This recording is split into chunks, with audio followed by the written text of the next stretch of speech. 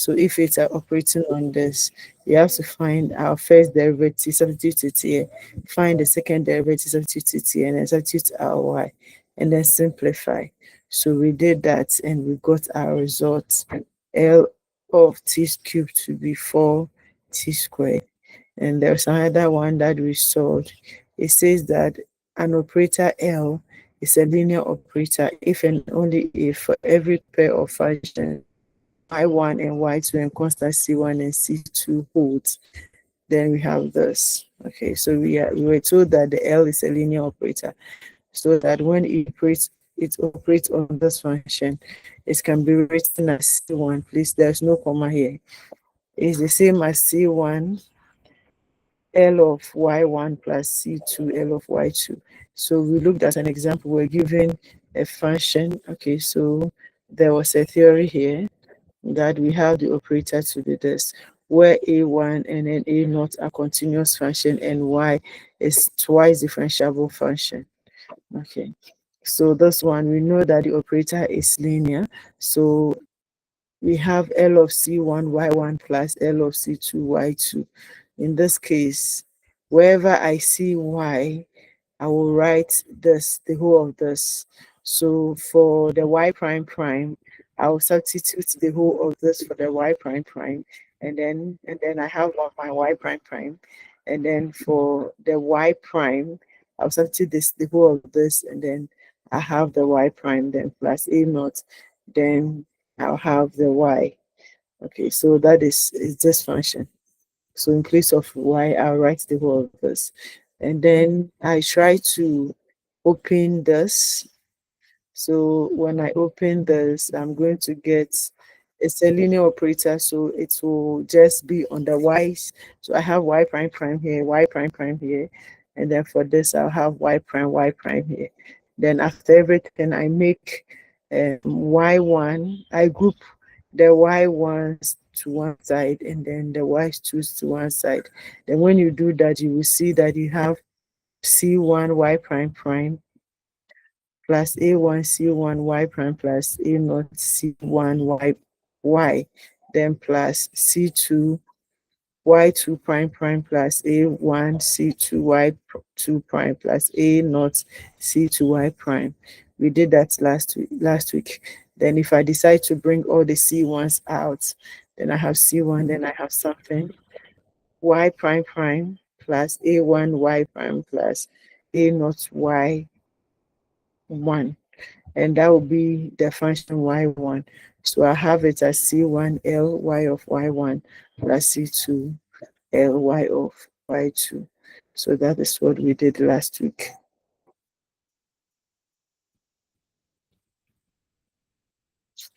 Okay, so we are continuing. I want to look at this theory 2.1.5, superposition. It says that if L is a linear operator and y1, y2 are solutions of the homogeneous function or homogeneous equation, L of y1 is equal to 0, and then L of y2 equal to 0. Then for L of c1 y1 plus c2 y2, okay, then for every c1 y2 holds when this one is equal to 0. Okay, so I have the operator, linear operator on y giving me 0, y1 giving me 0, and the linear operator on y2 also giving me 0. Then for any constants, since this is 0 and this is 0, the linear operator into bracket c1 times 0 plus c2 times 0 will also give me 0. That is the theory. And it says that this result is not true for every homogeneous equation. So that is the remark. So I want to look at the proof for this. So we verified that the function y is equal to c1 y1 plus c2 y2 satisfies L of y is equal to 0 for every constant c1 c2. That is, I'll have L of y. I know my L of y is equal to L of, now my y is given as c1 y1 plus c2 y2. And we know from the definition that this is the same as C1 L of Y1 plus C2 L of Y2. Now we are told that L of Y1 is 0. Okay. And then L of Y2 is also 0. So in place of L of Y1, I will write 0 plus C2 in place of this is also equal to 0. So I have C1 times 0 plus C2 times 0. And this will give me 0. So that is this theory. Okay, so given L of Y1 equal to 0, L of Y2 equal to 0, then for every constant C1 and C2, this will also give me 0. We now introduce the notion of linearly dependence and linearly independence. It says that two functions y1 and y2 are called linearly dependent if and only if they are proportional.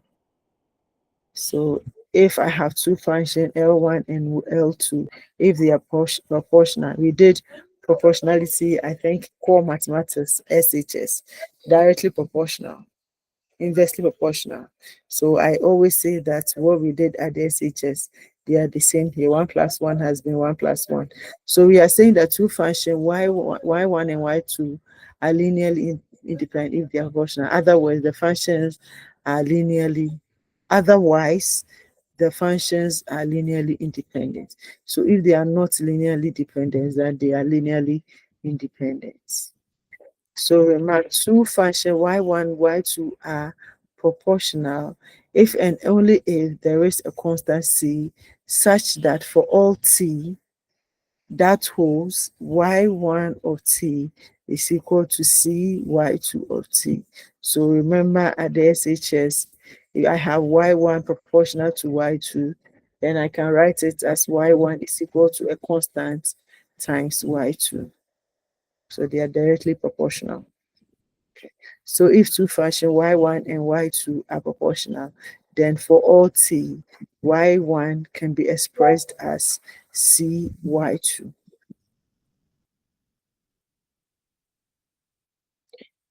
Then 2, the function y1 is equal to 0 is proportional to every other function y2. Since y1 is equal to 0, this is the same as c 0 times y2. Okay, so I can write, if my y1 is 0, then I can write my expression as 0 times, so because I know that this time this should also give me 0.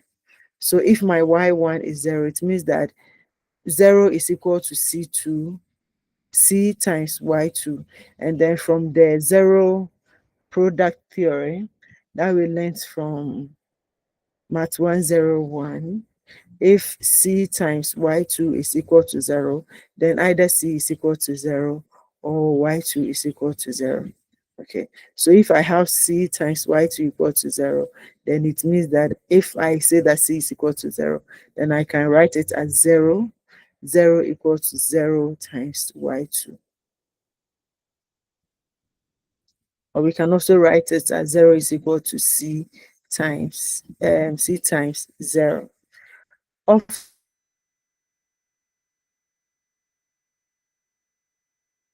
in literature, two functions are linearly dependent on the interval I if there is this constant c1, c2, not both 0, such that for all t in I, my c1 y of t plus c2 y of t is equal to 0 holds. Okay. So it says that when we talk about linearly dependent, then I should be able to write it like this: c1 y1 of t plus c2 y2 of t equal to 0 for any constant c1 and c2. So if I'm able to write it like this, y1 c1 y2 plus c1 y1 plus c2 y2 equal to 0, then it means that they are linearly dependent. We will look at examples. So two functions are linearly independent on the interval I if and only if they are not linearly dependent. That is, the only constant C1, C2, that for all t in I satisfy the equation this, where the constant C1 is equal to C2 is equal to 0. This wording makes it simple to generalize this definition to an arbitrary number of functions. Okay, so we want to look at example. We are to show that y1 is equal to sine t, y2 equal to 2 sine t are linearly dependent. Okay.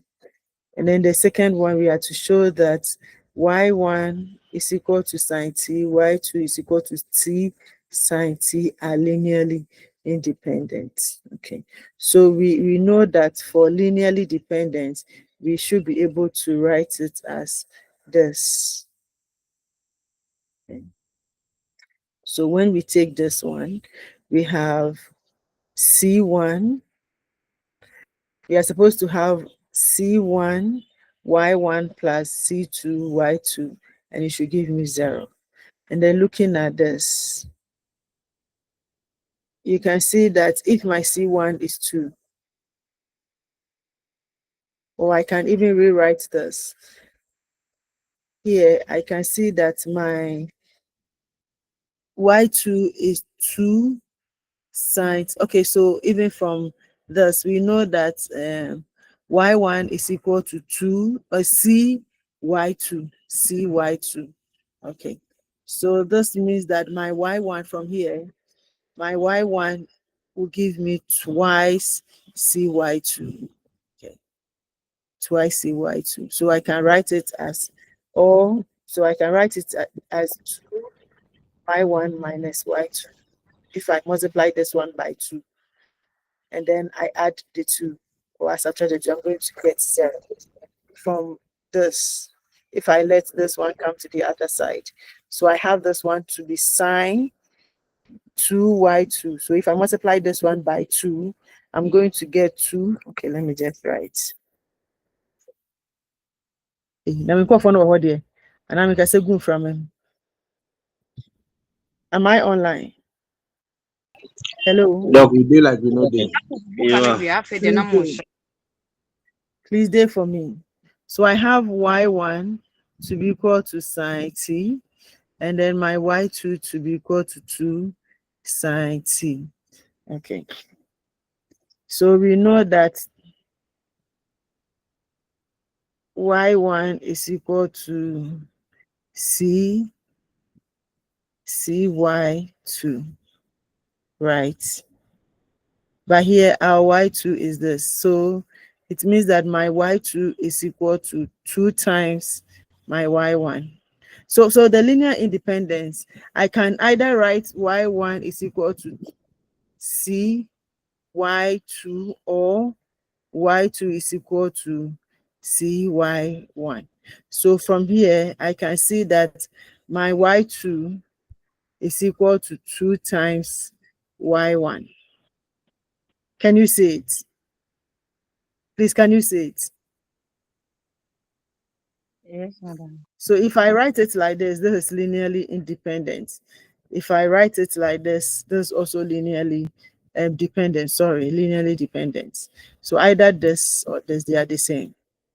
I should be able to express one as the other. Okay. Hello? Hello, madam. So Are can you we there? write the y1? Yes, madam. Mhm. So either y1 is equal to cy2, or y2 is equal to cy1. Okay. Then the expression says that I should be able, if the c1 y1 plus c2 y2 should give me 0. Okay. So here my y2 is this. If I multiply the y1 by 2, I'm going to get 2 sine t. And then if I bring this one to the other side, this is already, the right 2 is already 2 sine t. So if I bring it to the other side, I'm going to get minus 2 sine t here. And we know that this will give me 0. Okay.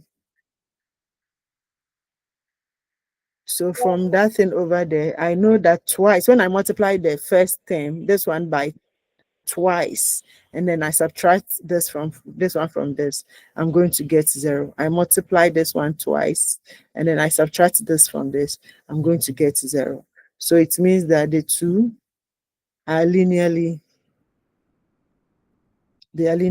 dependent.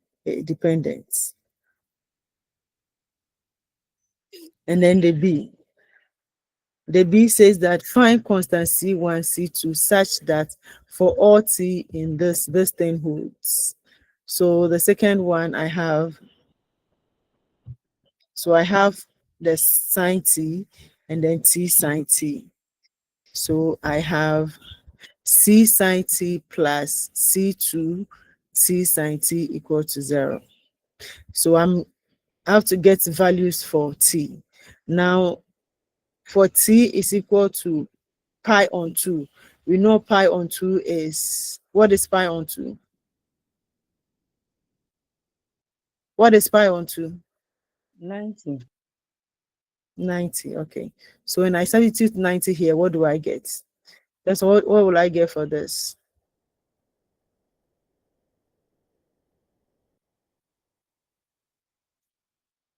What is sine 90? So I'm, hey, let me go for that. What is sine 90? 1. Sine 90 is 1, okay.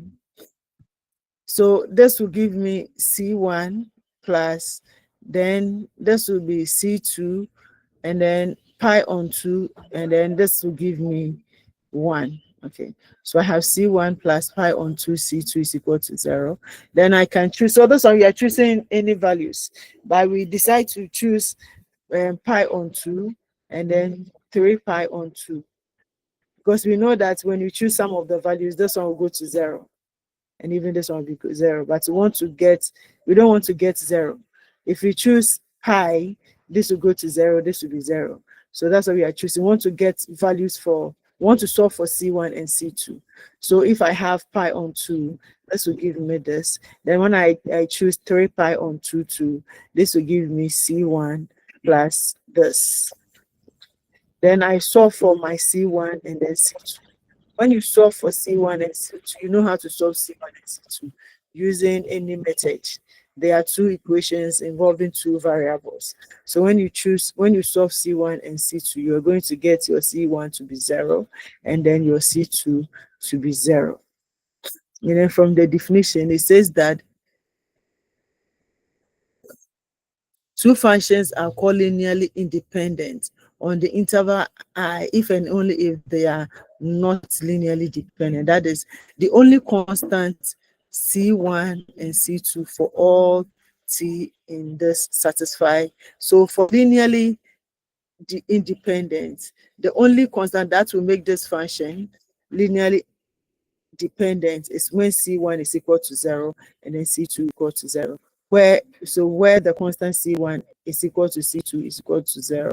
This wording makes it simple to generalize this definition for an arbitral functions of that.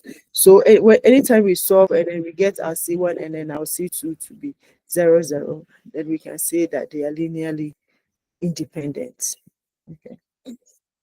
Okay, so it says that we conclude the function y1 and y2 are linearly independent. So because our C1 is 0 and then our C2 is also 0. We now introduce the second main result in this session. If you know two linearly independent solutions to a second order linear homogeneous differential equation, then you actually know all possible solutions to that equation. Any other solution is just a linear combination of the previous two solutions. We repeat that the equation must be homogeneous. This is the closest we can get to a general formula for solution to second order linear differential equations. So the next thing that we want to look at is how to get our solutions to homogeneous second order differential equations. But we want to first of all get linearly independent solutions. And then it says that when you get if you know two linearly independent solutions to a second order linear homogeneous differential equation, then you actually know all possible solutions to that equation. So the emphasis here is the solution, the function is supposed to be homogeneous, second order linear homogeneous.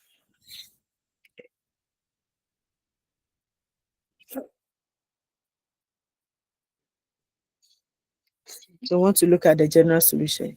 So if y1 and y2 are linearly independent solution of the equation L of y is equal to 0 on an interval C in R, where the operator y is equal to y prime prime plus a1 y1 plus a naught y, where a1 and a2 are continuous function on I. Then there is this unique constant c1 c2 such that every solution y of the differential equation L of y is equal to 0 on I can be written as a linear combination. Okay, so the general solution can be written as y of t is equal to cy1 plus cy2 c2y2. Okay. So we want to look at, so before we prove theory 2.1.7, it is convenient to state the following, the definition which come out naturally from this theory. The function y1 and y2 are fundamental solutions of the equation L of y is equal to 0 if and only if y1 and y2 are linearly independent, and L of y1 is equal to 0 and L of y2 is also equal to 0. B. The general solution of homogeneous equation L of y is equal to 0 is a two-parameter family of functions y of g given by y of g is equal to c1 y1 plus c2 y2. So what we are saying is when we solve a second order homogeneous equation, so homogeneous, we know that it is homogeneous when L, the operator on I, is equal to 0. And it says that when we solve second order homogeneous equation, the solution can be written as C1 y1 plus C2 y2. Okay.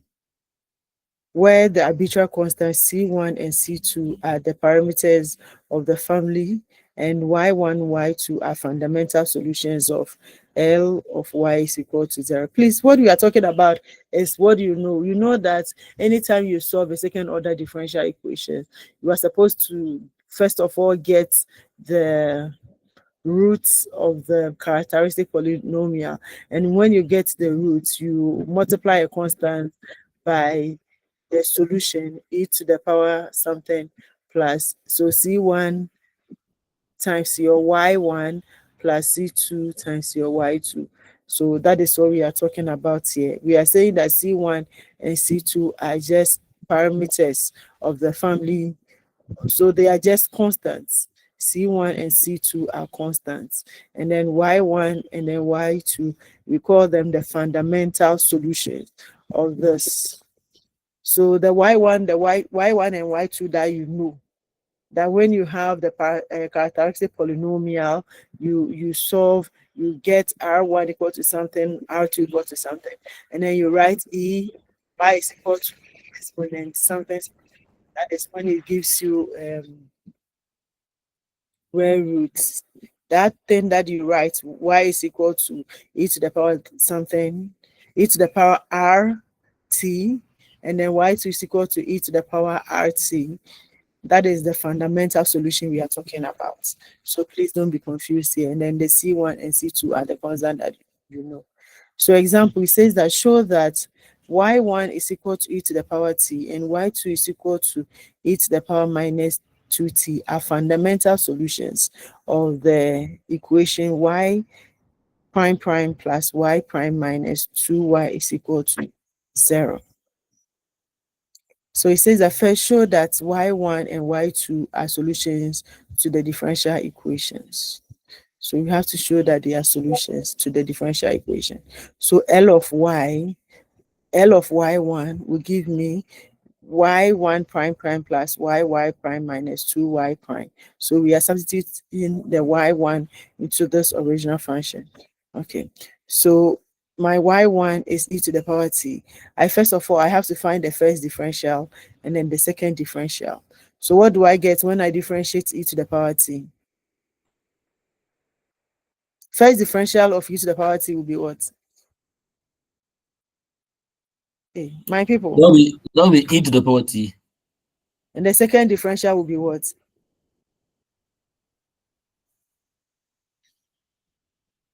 Please, what's the second differential? E to the power t. Somebody just told us that when you find the first differential, it will be e to the power t. What do I get when I differentiate it again? The That's same e to to the the power. power t. Okay, so when I substitute it here, I'm going to get e to the power t plus e to the power t minus 2e to the power t. And this is the same as 1 plus 1. Okay, so if I decide to bring the e to the power t out, I can write it as 1 plus 1 minus 2 times e to the power t. And we know that 1 plus 1 minus 2 will give me 0. So 0 times this it will give me 0. And then the second one, the second solution is this, e to the power minus 2t. So I find the first differential and then second differential and then substitute it here. So I find first differential. What will be the first differential of this? E to the power minus 2t.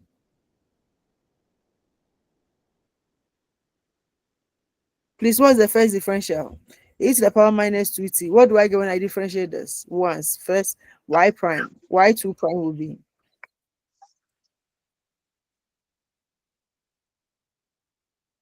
Hello? That should be negative 2e to the power negative 2t. Okay. So what do I get when I differentiate minus 2e to the power minus 2t? That will be second differential.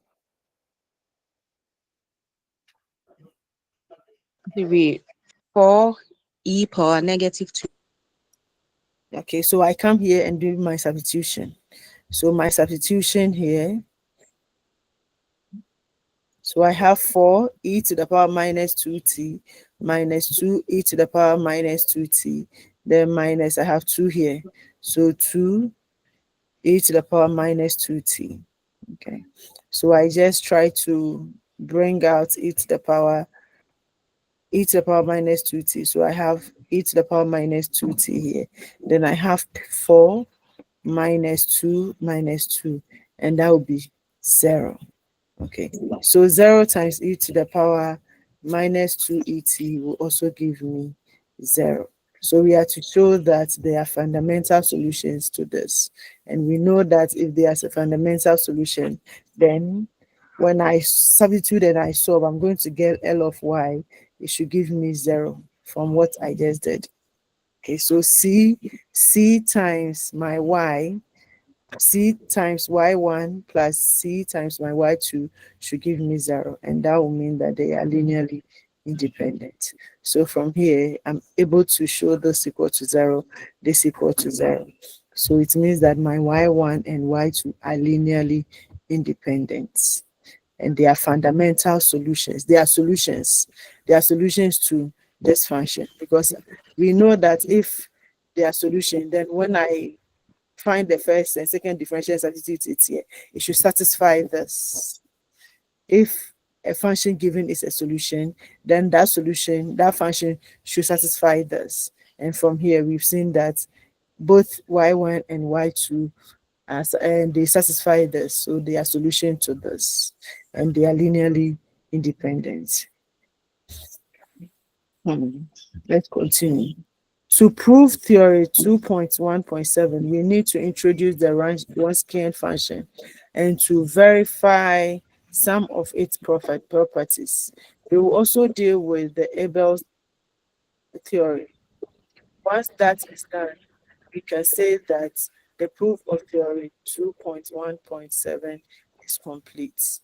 Now I want to look at the Wronskian function. This function, denoted W, provides important information about the linear dependency of two functions, y1 and then y2.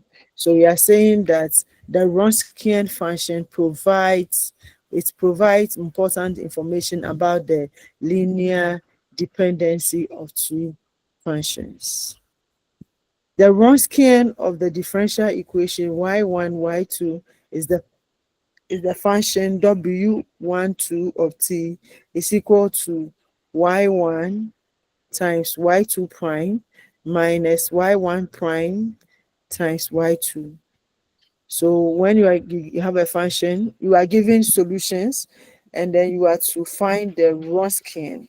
It will be y1 times y2 prime minus y1 prime times y2. And how do we get that? Introducing the matrix value formula. So when you have a function and you want to write the Wronskian, you can just write the matrix A is equal to, you first of all write your y1, y2, then you find the differential of y1, then differential of y2. Now the determinants of this function, we know how to find the determinants. Okay, so let me just write it for you. So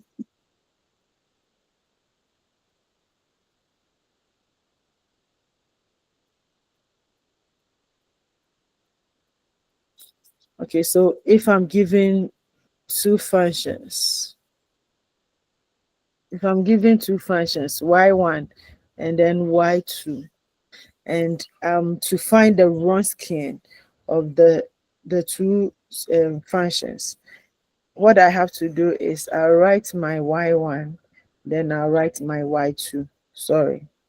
Then I find the differential of y1. So y1 prime, then y2 prime. I want to find the determinant of this. We know how to find determinant. We know determinant is this times this. So I have y1 times y2 prime, then minus this times this. So minus y1 prime times y2. So this is called the Wronskian. So that is my Wronskian.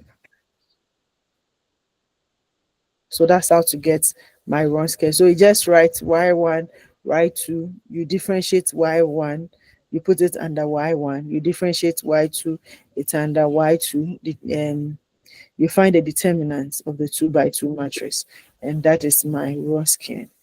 Okay. So that is my Wronskian. Okay. The Wronskian can be written using the determinant of 2 by 2 matrix. So the Wronskian is equal to the determinant of my A. An alternative notation is W12 is equal to Y1, Y2, Y1 prime, Y2 prime. So that is the determinant. So example, find the Wronskian of this function. So I have sine t and then sine 2t. I want to find the Wronskian. Okay. So I have the two functions.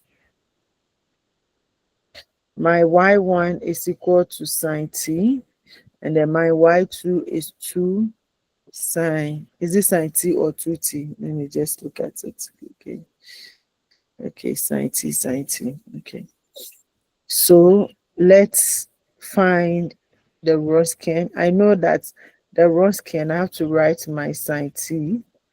Then I'll write my 2 sine t. That is my y1, y2. Then after that, I have to find y1 prime. So what do I get when I differentiate sine t? Get cos t. So this is cos t. Then what do I get when I differentiate 2 sine t? Negative 2 cos t. Negative 2 cos t.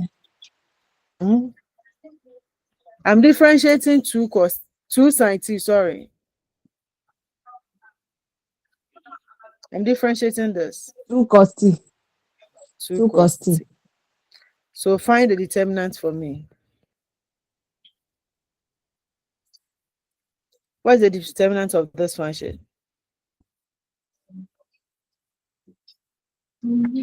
So that will be 2 sine t cos t minus 2 sine t cos t. And what is that? 2 sine t cos t minus 2 sine t cos t will give me what?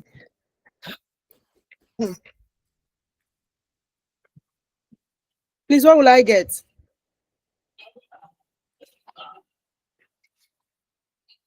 Two sine t cos t minus 2 sine t cos t will give me what? That should be 0. Okay, that will give me 0. Okay. So I'm getting 0. We conclude that the Wronskian 1, 2 of this function is 0. Notice that y1 and y2 are linearly dependent. So when we want to use the Wronskian to find whether the two functions are linearly dependent or linearly independent. So when you find the Wronskian and Wronskian gives you 0, then it means that they are linearly dependent. If the Wronskian does not give you 0, then it means that they are linearly independent. So let's do it for the other one. So the other one, we have y1 to be equal to sine t, and then y2 to be equal to c sine t. Let me check again. Is it yeah? So let's find our Wronskian. So we want to find the determinant of sine t, t sine t. Please let's differentiate sine t. What do I get when I differentiate sine t? Cos t. Cos t. Then let's differentiate t sine t. What do I get when I differentiate t sine t? T cos t. Are you sure? Cos Are you t. sure? T is 1. Please, 1 times this. please differentiate it well for me. We are differentiating with respect to t.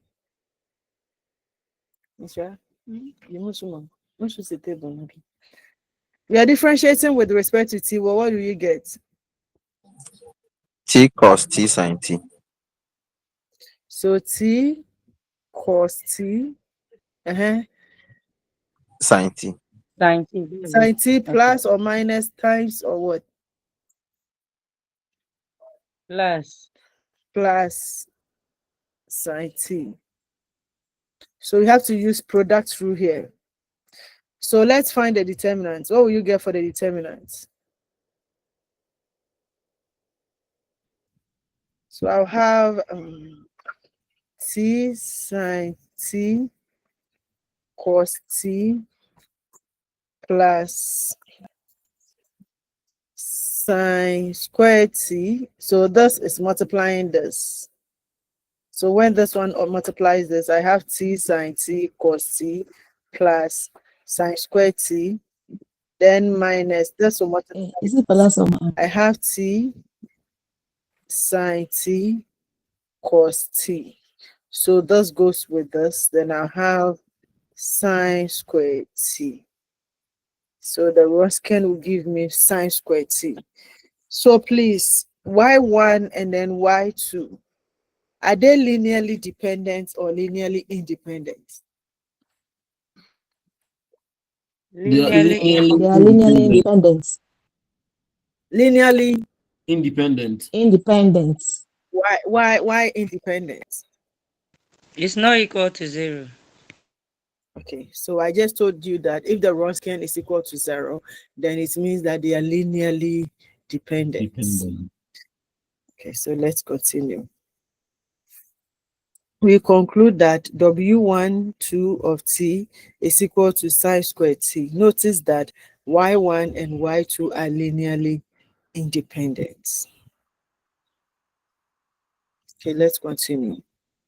Please, madam, Wronskian. can I see it again? Yeah. I want to see the working. The one you work on the board.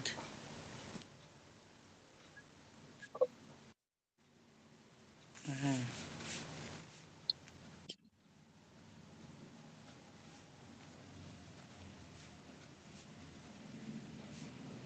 Okay, thank you, madam.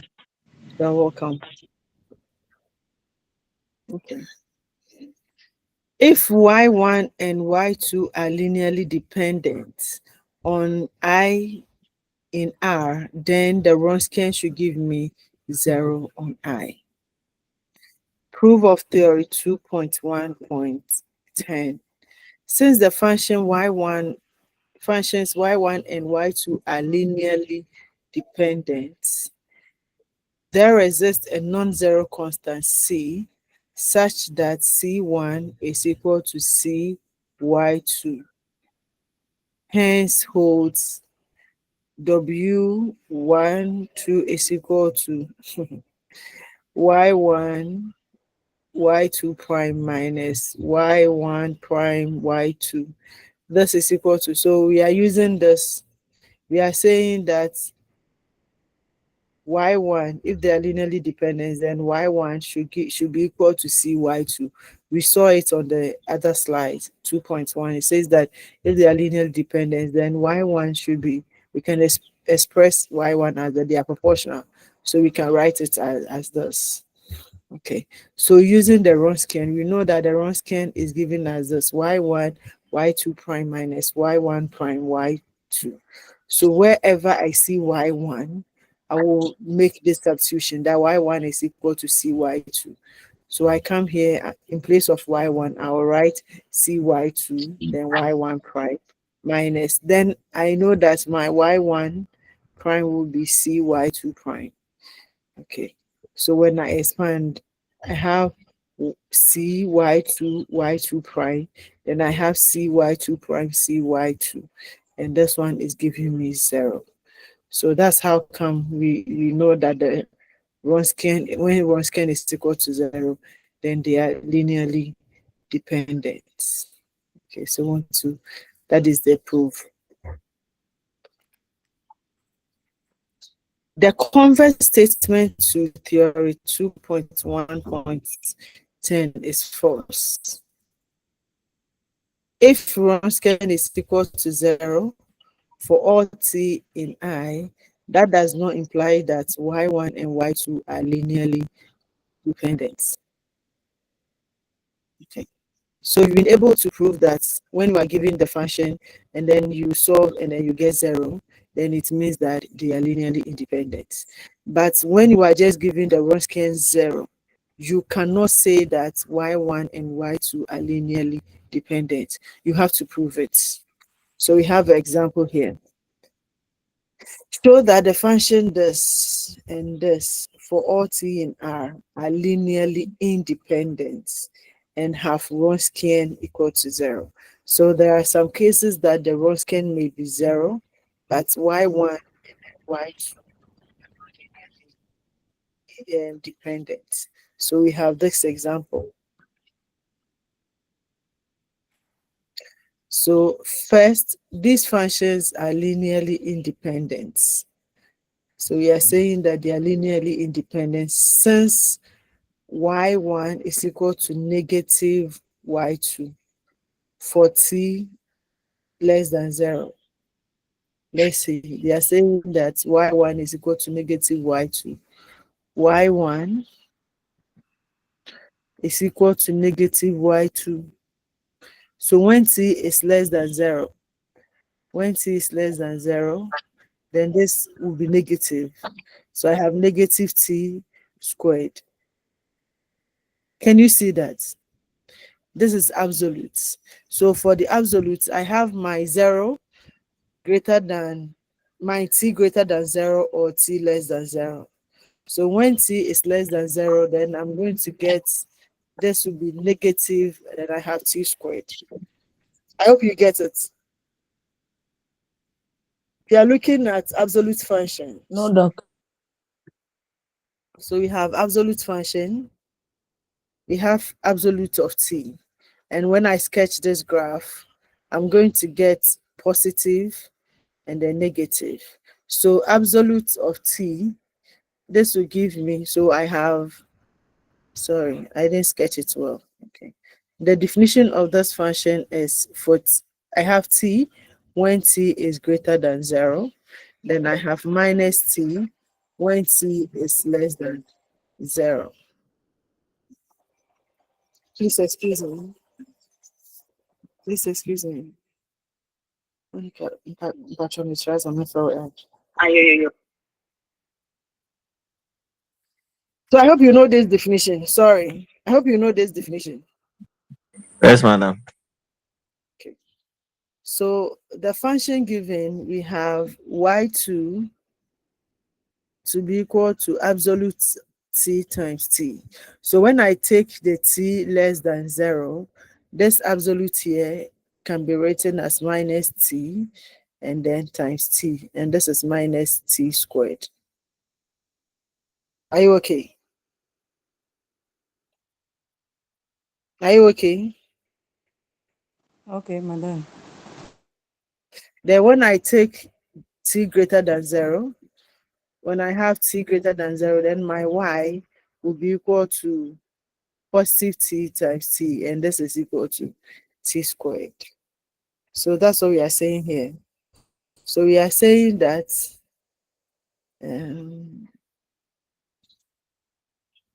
for that function there, I have y1 to be equal to minus y2. So y2 is t squared. So when t is less than 0, I'm going to get minus t squared. So my y1 will be equal to minus y2. And then, so that is for t less than 0. But for t greater than 0, I'll have my y1 to be equal to y2. So there is not c such that y1 is equal to y2. Because we know that if the two functions are linearly dependent, okay, so let me just write it again. If two functions y1 and y2 are linearly dependent, then I should be able to express it as y1 is equal to c y2. Then if they are linearly independent, I should be able to write y1 as c1 times y2. But here I was given y1 to be equal to t squared, and then my y2 to be equal to absolute t times t. But for this t, I can, so for linearly independent, there should be a c, a 1c, one specific c. That's y1 will be equal to that specific c times y1. But here, when I come here, when I choose t less than 0, my y2 will be equal to minus t squared, as I did. So I have minus t times t, this t squared. This implies that my y1 will be equal to minus y2. Please, can you see that? Can you see? Yes. Okay. Then when I take t greater than 0, then my y2 will be equal to positive t times t, which is equal to t squared. And this implies that my y1 is equal to y2. Now, for the same function, I have negative, and then I have positive. But for it, the function to be linearly dependent, there should be one c. But here I have minus 1, and then I have my positive 1. So I don't have a specific c. So this means that this function is not linearly dependent. Because for it to be linearly dependent, I'm supposed to get a specific c. But this one I have different c, which is negative 1, and then I have a different c, which is positive 1, where depending on the value of t that I'm taking. But for linearly independent, over a given interval. So whether T positive or T negative, I'm supposed to get the same C. But here I have different C negative one and different C positive one. So since I don't have a specific C, one unique C, it means that Y1 and Y2 are not linearly dependent.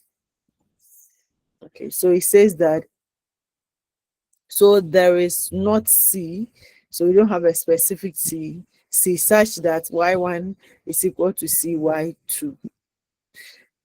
But second, let's find the Wronskian. Second, their Wronskian vanishes on R. That's a simple to see. Okay, so we can also find the Wronskian. Okay, so the Wronskian, you will see that when you solve for the Wronskian, you are going to get the Wronskian to be 0. Since y1 is equal to this for this greater than 0, then the Wronskian will be equal to 0 for t equal to greater than 0. Finally, it is not difficult to see that the Wronskian of t equal to 0 is also 0. Okay, so you see that when you find the Wronskian, you're going to get 0, but they are not linearly dependent.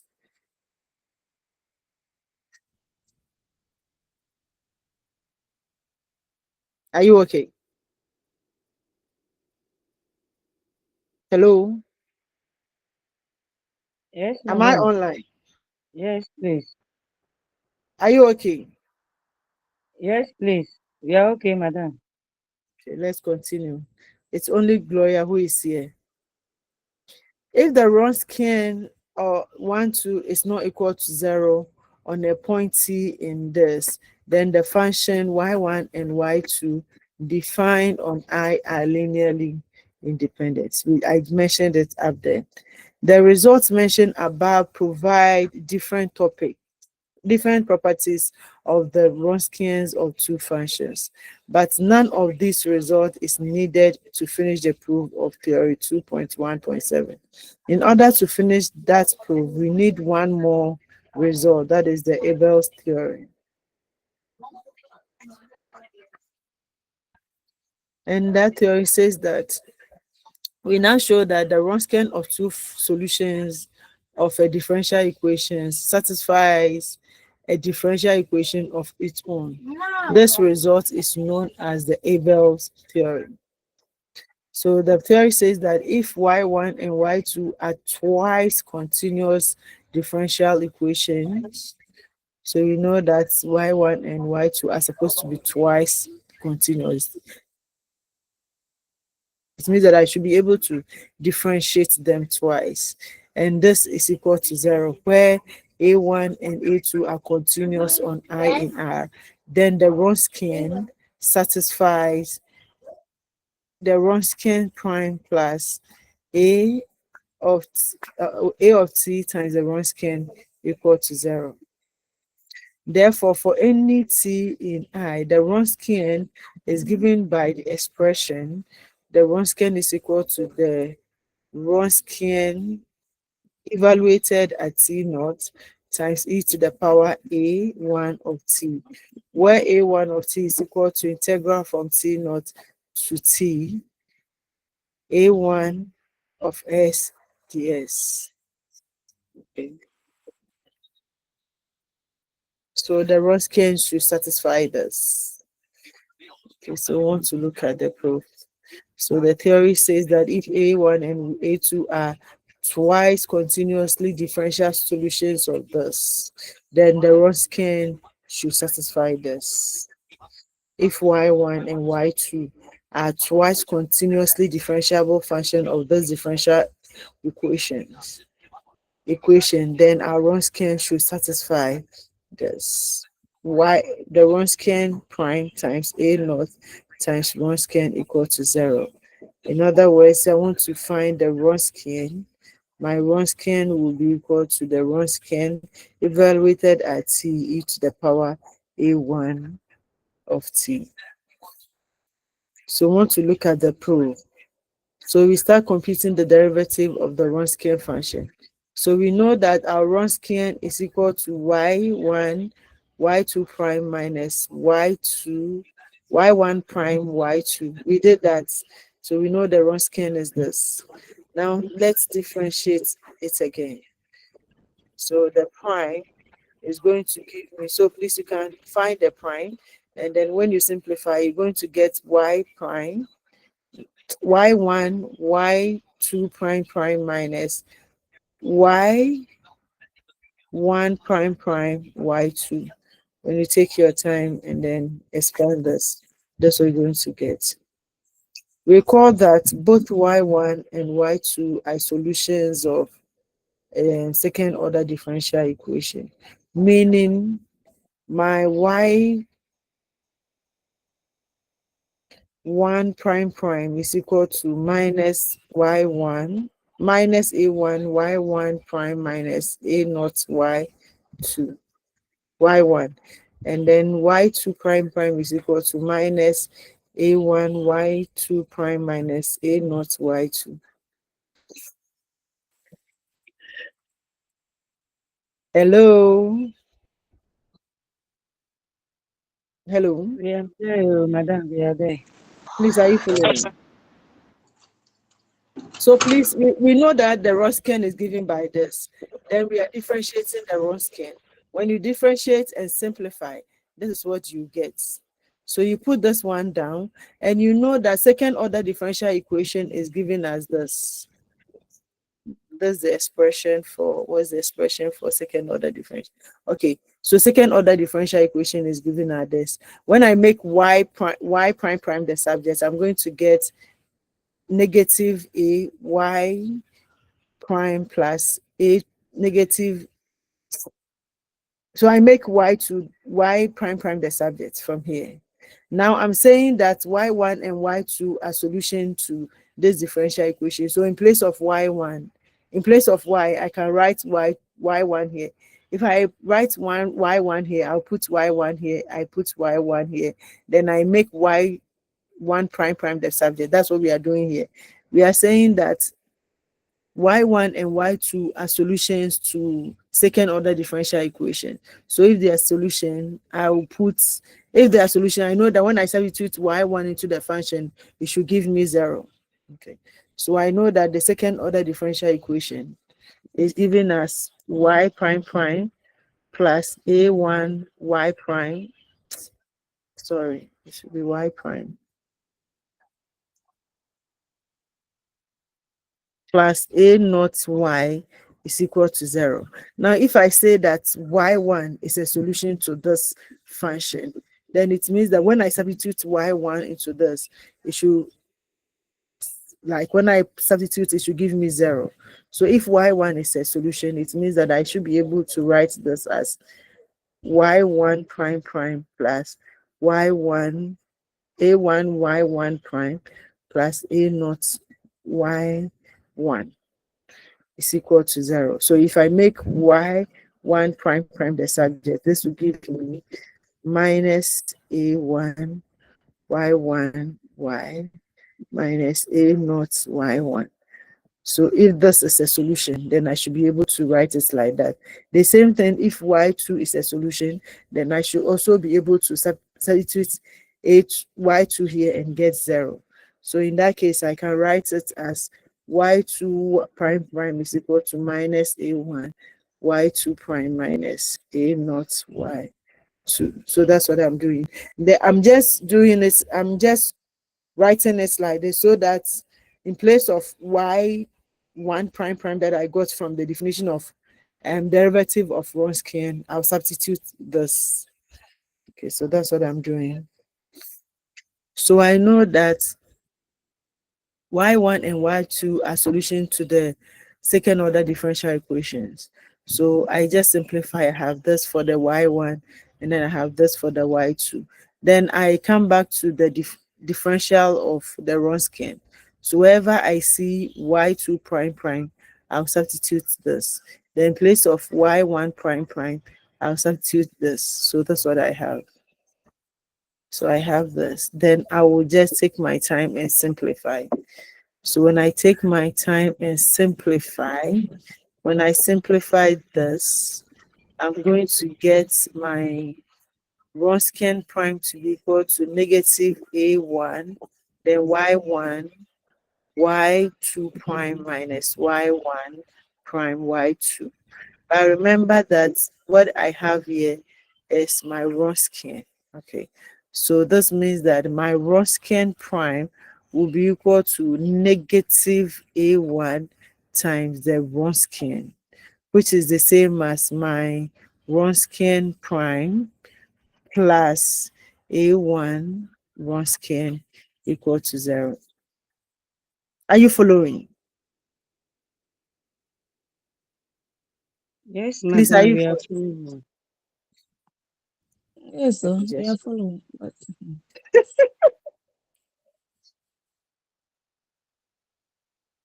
So I'm just proving something.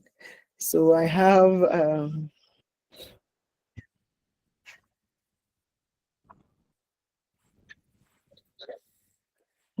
my Wronskian prime to be equal to the, so please, I take my time. I have y1, y2 prime prime minus y2, y1 prime prime. I have it like that.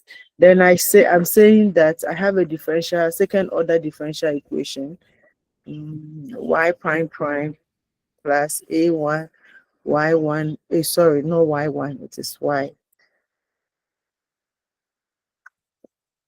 plus a naught y is equal to 0. I have this differential equation, and then I'm saying that the solutions to this function, since it's a second order differential equation, I'm supposed to get two solutions, and then I'm saying that the solutions are y1 and then y2. If y1 and y2 are solutions, then when I substitute y1 into this, it should give me 0. So it means that y1 prime prime plus a naught y1 prime, sorry, that's a1 plus a naught y1 should give me 0. Then when I make y1 prime prime the subject, I'm supposed to get minus a1 y1 prime minus a naught y1 is equal to 0.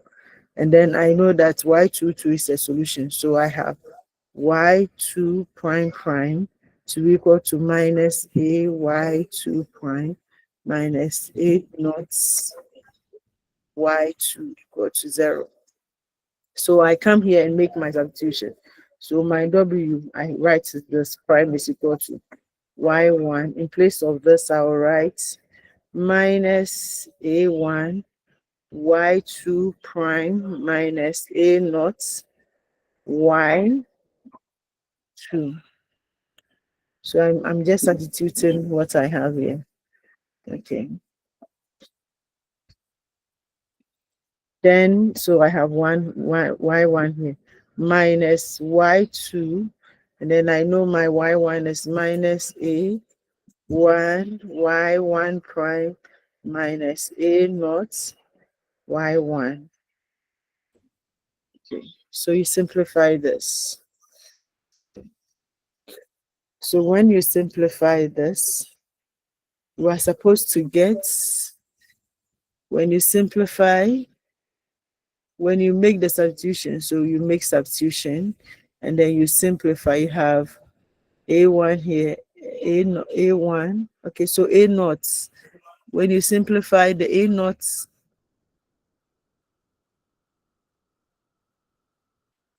you have minus plus plus, so you simplify, you're going to get minus a1 y1 y2 prime minus y1 prime y2. That's what you're going to get. So simplification will give you that. And we know that what we have here is my Wronskian. Okay. So he's saying that when you simplify, you are going to get something like minus A1. So this one you will expand. So you're going to get this, then y1 y2 prime minus y2 y1 prime. And we know this is the definition for our Ruskin.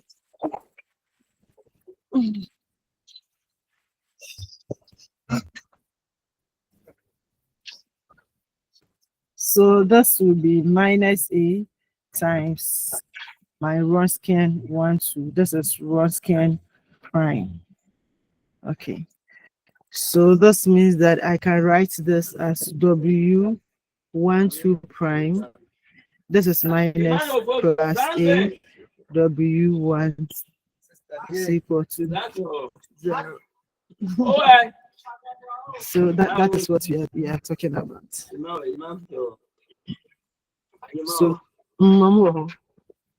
So that is what we are saying, that I have the Ruskin prime plus A naught Ruskin is equal to 0. We are saying this equation for Ruskin is a first order linear equation. So since it's a first order linear equation, we know how to solve the first order linear equation. We can either use integrated factor or we can use separation of variables to get a solution. So its solution can be found using the method of integrating factor, using given in lesson 1, or the separation of variable, and this establishes the theory.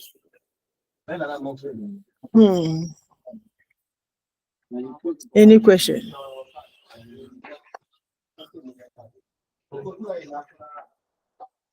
Hello. We just looked at the proof that the Wronskian, this will give me 0, and that's what we just did. Any question before we continue?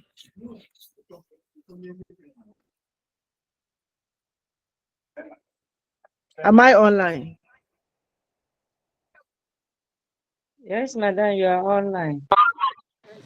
Yes, Doc, you are, please. Yes, Doc. So let's look at this example. It says that we should find the Wronskian of two solutions of the equation. This.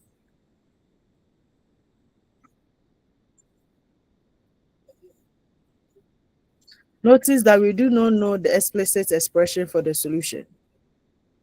Nevertheless, theory 2.1.12 says that we can compute the Wronskian. First, we have to rewrite the differential equation in the form in that theory. So we have to write it in the form in the theory. So in the theory, you're supposed to get y prime prime plus something. So you have to divide through by y prime. So when I divide through by y prime, when I divide through by t squared, I'm going to get y prime prime minus 2. So please, we are dividing through by t. Okay, t squared. So I have 2 over t plus 1, y prime plus 2 over t squared plus 1 over t, y is equal to 0. Gas in. Then equation 2, theory 2.1.12 says that the Wronskian satisfy the differential equation thus. Okay. So where is my A? So we know that it satisfies Wronskian prime plus A naught Wronskian. Okay. So my A1 is this, my A1. My A1.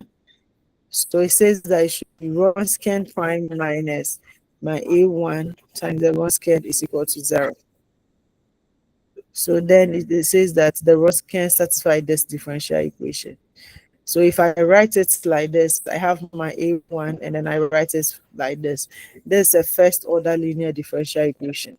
So we can compute the solution by integrating factor. Okay. So by integrating factor,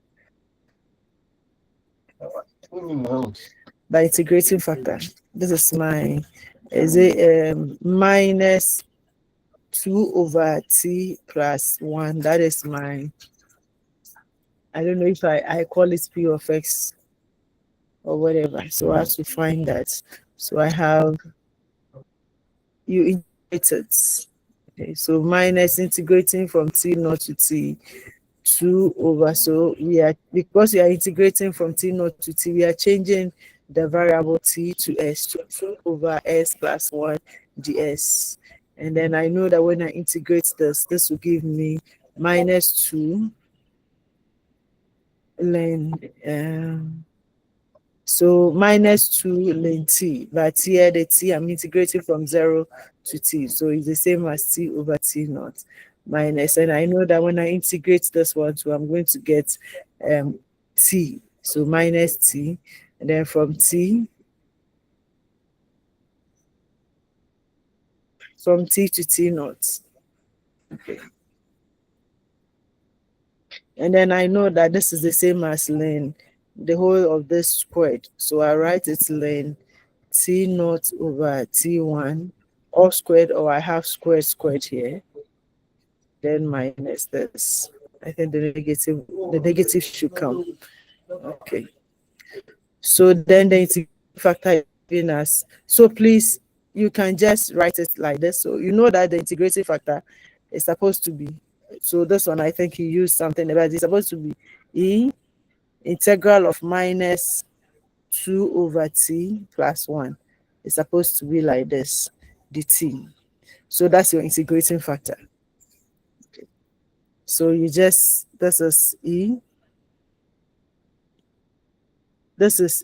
minus, so I have 2 integral of 1 over t, I know is, so I'm integrating from t0 to t. I know the integral of this is ln t, so I can write it absolute, minus integral of this is t, so from t equal to 0 to 1, sorry, t equal to 0 to t, sorry,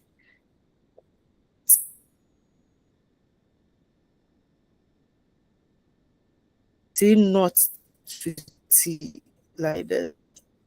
So this is the same as e, this minus let's see to the power 2 minus t, all from, okay, so if I'm from t, this is supposed to be s, so I have ss here. So from t naught to t, so I'll do my substitution. I have e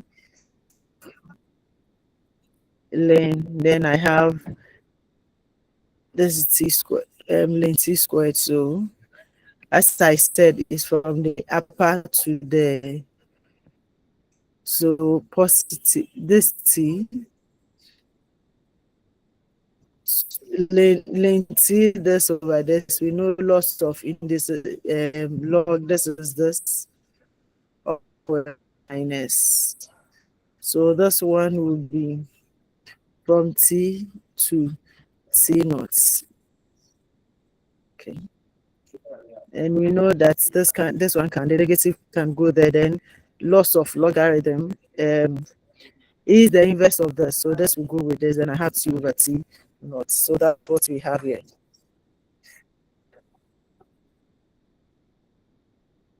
So that's what is happening here. So this one, it decided to find the integration before bringing the e to the power something.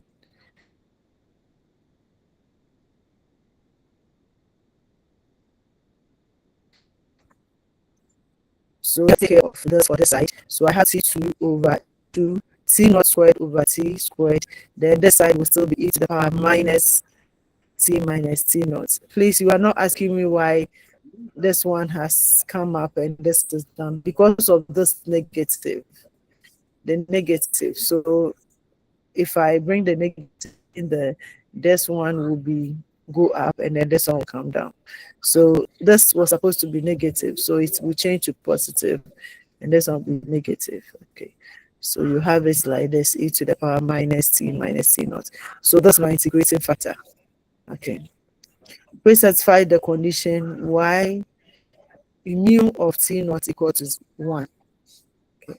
So the solution Wronskian is given by, so we know that we have to get our potential function and then the total derivative. So if I write it in the total derivative form, then I can get mu times the Wronskian prime is equal to 0. Okay. So this implies that I'm going to get mu, the Wronskian minus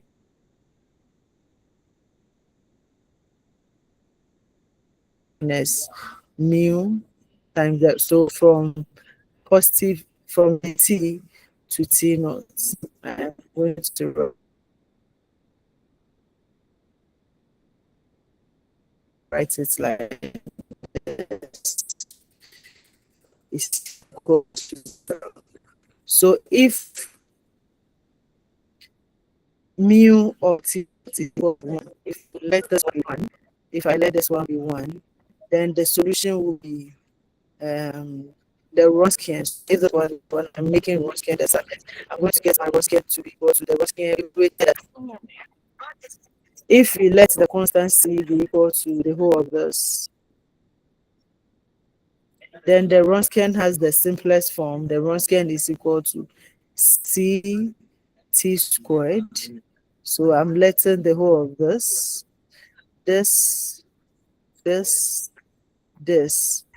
be equal to c, so that I'll be left. So for the one with t equal to 0, so I have the t equal to t to the power t. So please, I'm making substitution. If I do that, my Wronskian will be c t squared e to the power t. So that is the Wronskian.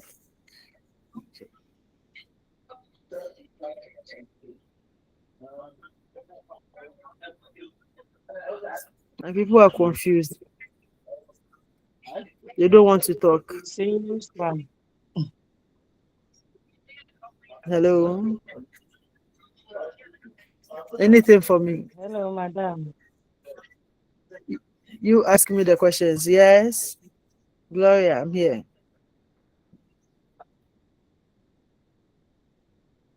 We are following.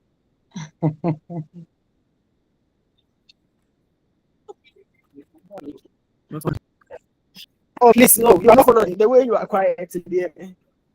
Talk cool.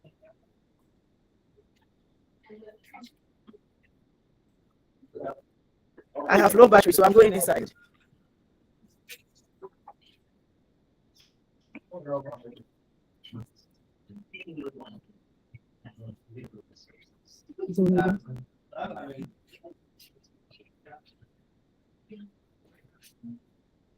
Gloria.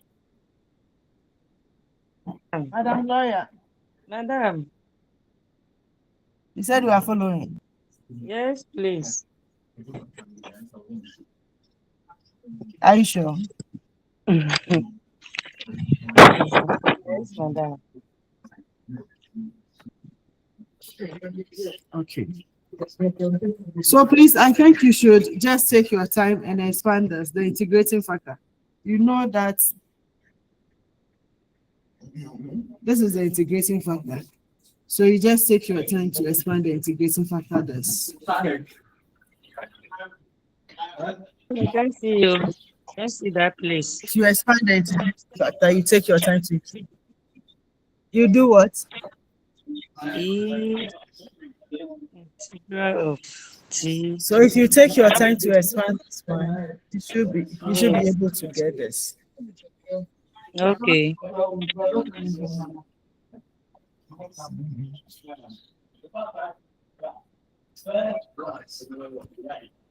So let's continue. So we're to find, the question says that we should find the Wronskian of the solution, and that's what we have done. So we got the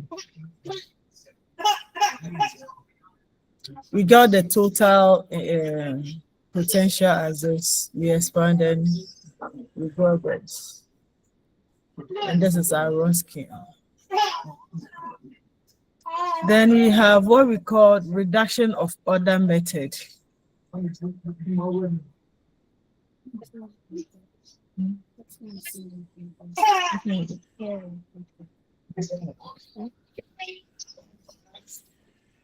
me move to another place. Isha, All right, go to madam. Chagrin. It's not easy.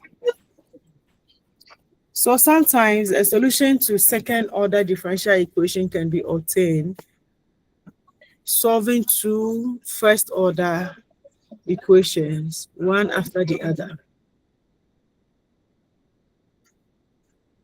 When that happens, we say we have reduced the order of equation and use the idea in chapter 1 to solve each first order equation.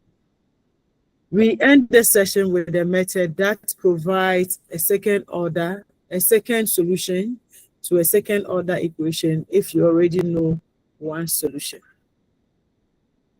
So thus we're going to look at special second order equations. So we want to look at the reduction order. And first of all, we want to look at special second order equation. A second order differential equation is called special when either the function or its first derivative or the independent variable does not appear explicitly in the equation. In those cases, the second order equation can be transformed into a first order equation for a new function. Then one solves the first order equation and transform back, solving another first order equation to get the original function. We start with a few examples. So first of all, we want to apply the reduction order method to solve our second order differential equation. But first, we want to look at what we call the special second order equation. A second order equation in the unknown function y is an equation y prime prime is equal to f of t, comma y prime. So a second order differential equation is written as this. If it's a first order, then we have y prime is equal to f of t, comma y. But when it's second order, we write it as y prime prime is equal to f of t, comma y prime. Where the function f is in r cube, mass to r is given. The equation is linear if and only if function f is linear in both arguments y and y prime. The second order differential equation above is special. So that's the second order differential equation. And we are saying that it's special if and only if one of the following conditions hold. So we have this as a second order differential equation. When we say that it is special, then one of these should hold. So the first one is when the second order differential equation can be written as f of t, comma y prime. So here our y is missing.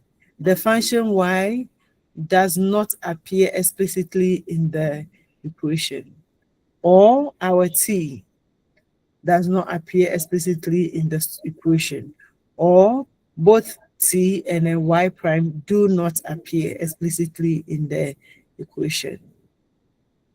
So when we have all these, any of them, then we call it a special second order differential equation.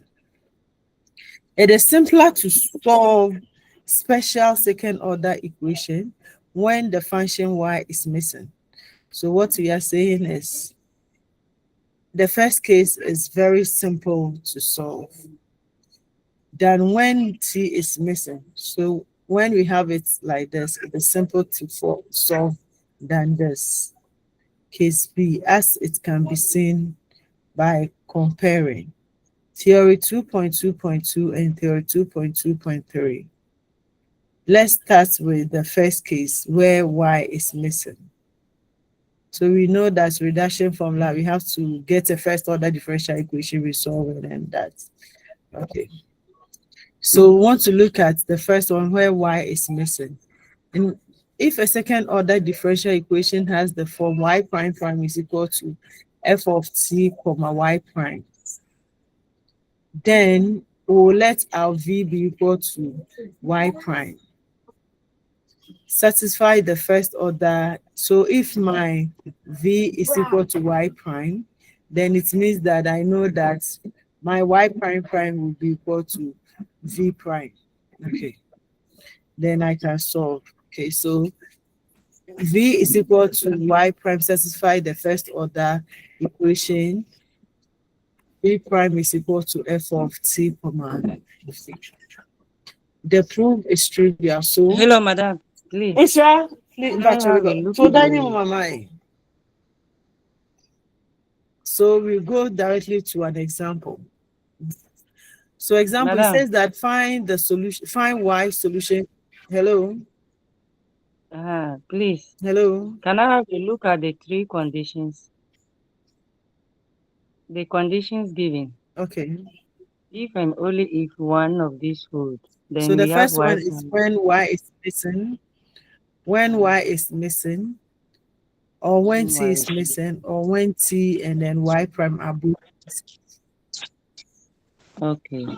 So if we have the first one, we call it special second order. When we have the second one, we call it special. When we have the third one too, we have it, we call it special. Okay. So first example, want to look at when y is missing.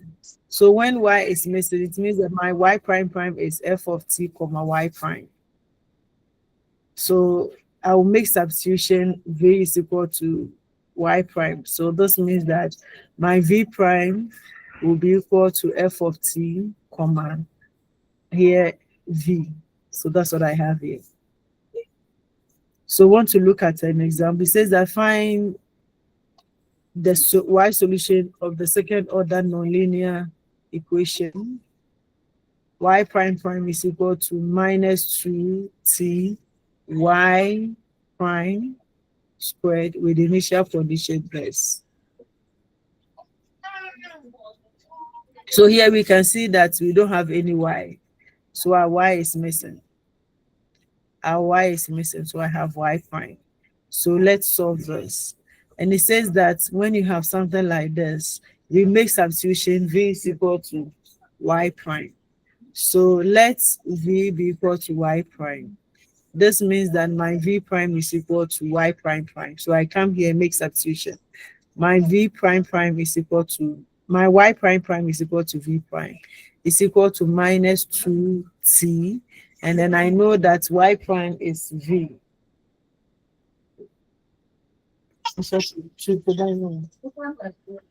So I'm going to get v squared. So here I can use separation of variables to solve this. So I have v squared over v prime over v squared is equal to 2t.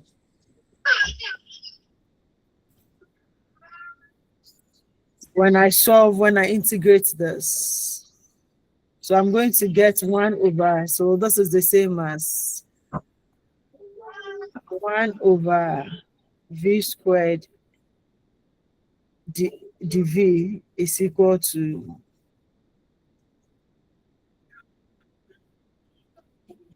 minus 2t dt. So we want to solve this, we want to integrate this. So integral of 1 over v squared dv is equal to minus integral of minus 2 dt.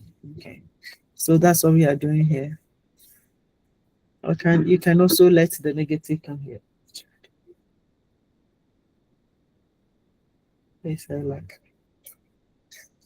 Okay, so when I integrate, this side will give me minus 1 over v, and then this minus 2t will also give me minus t squared or plus t.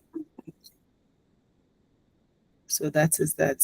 But I know that v is equal to y prime.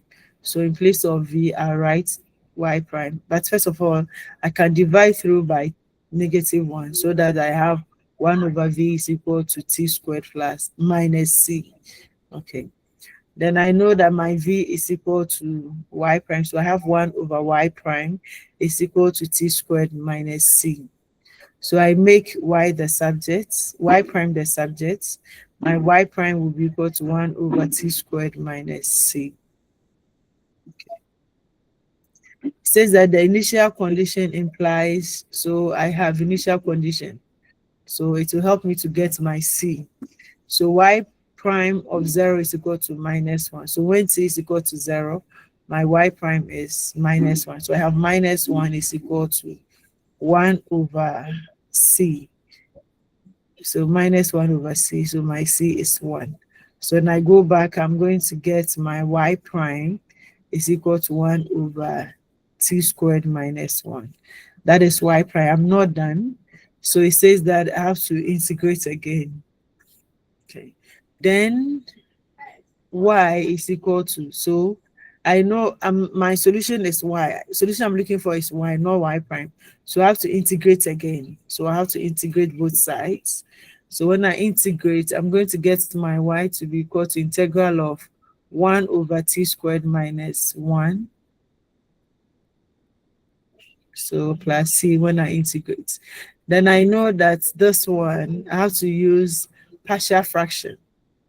Integral of t squared minus, I have to use partial fraction.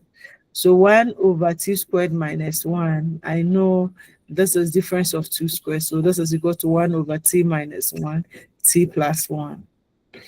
Then this is a over t minus 1 plus b over t plus 1.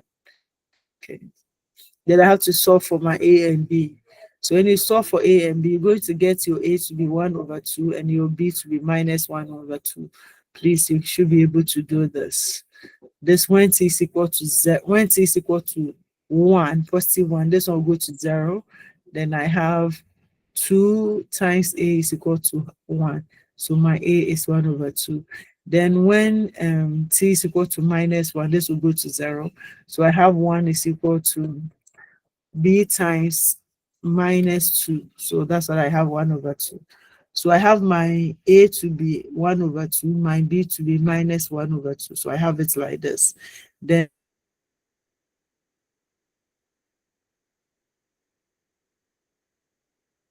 (1 over 2), integral of 1 over t minus 1 is ln t minus 1. Then minus integral of 1 over t plus 1 is ln t plus 1, or plus c.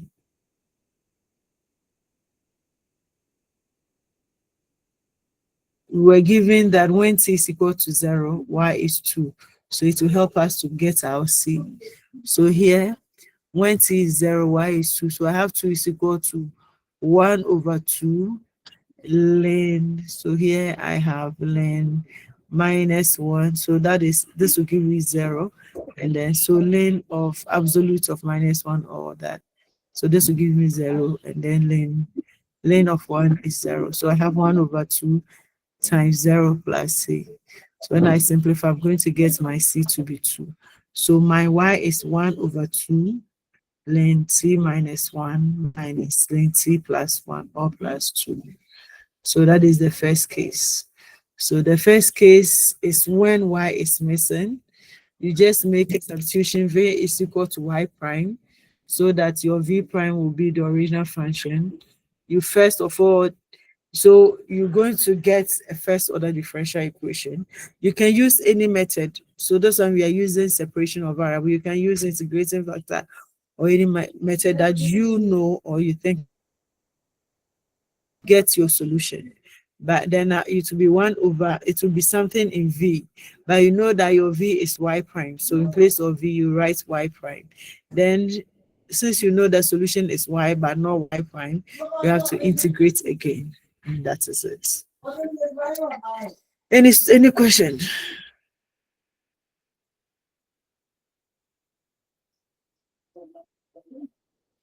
We are looking at how to find solution to second order differential equation, and we are now looking at reduction order method. So reduction order method, and the reduction order method, we are looking at special cases or special second order differential equations. And the first one you're looking at is when the y is missing, where we are not seeing y explicitly in the second order differential equation. Because you know that the second order differential equation is supposed to be y prime prime plus a1 y prime plus a2 y is equal to 0. But in this case, we want to look at where y is missing. So we are having y prime prime plus a1 y prime, and then the y part is missing, so no y. Then you make substitution, you make it first order, you solve, then you just substitute the y prime and then you solve again. That is the reduction order method. Please, any question?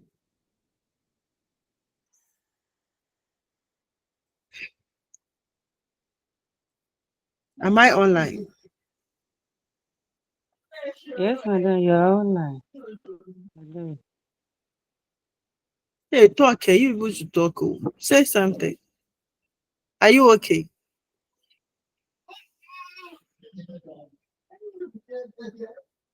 Are you okay? Madam, it's okay. When we get time, we'll go through again. Where's my We course? are following.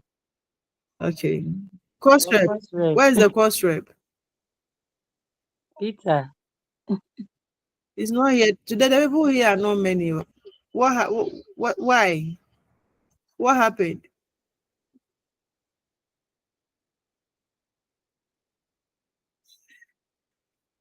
How the course rep himself is not here? How many people are we expecting here?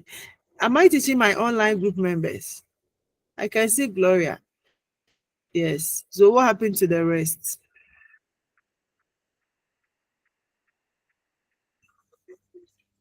Did you call your friends? Did you share it on your platform Yes, they that are we have a aware. class today? Yes. So why are they not joining? We're all in the first class, so they are aware. Okay, let's continue.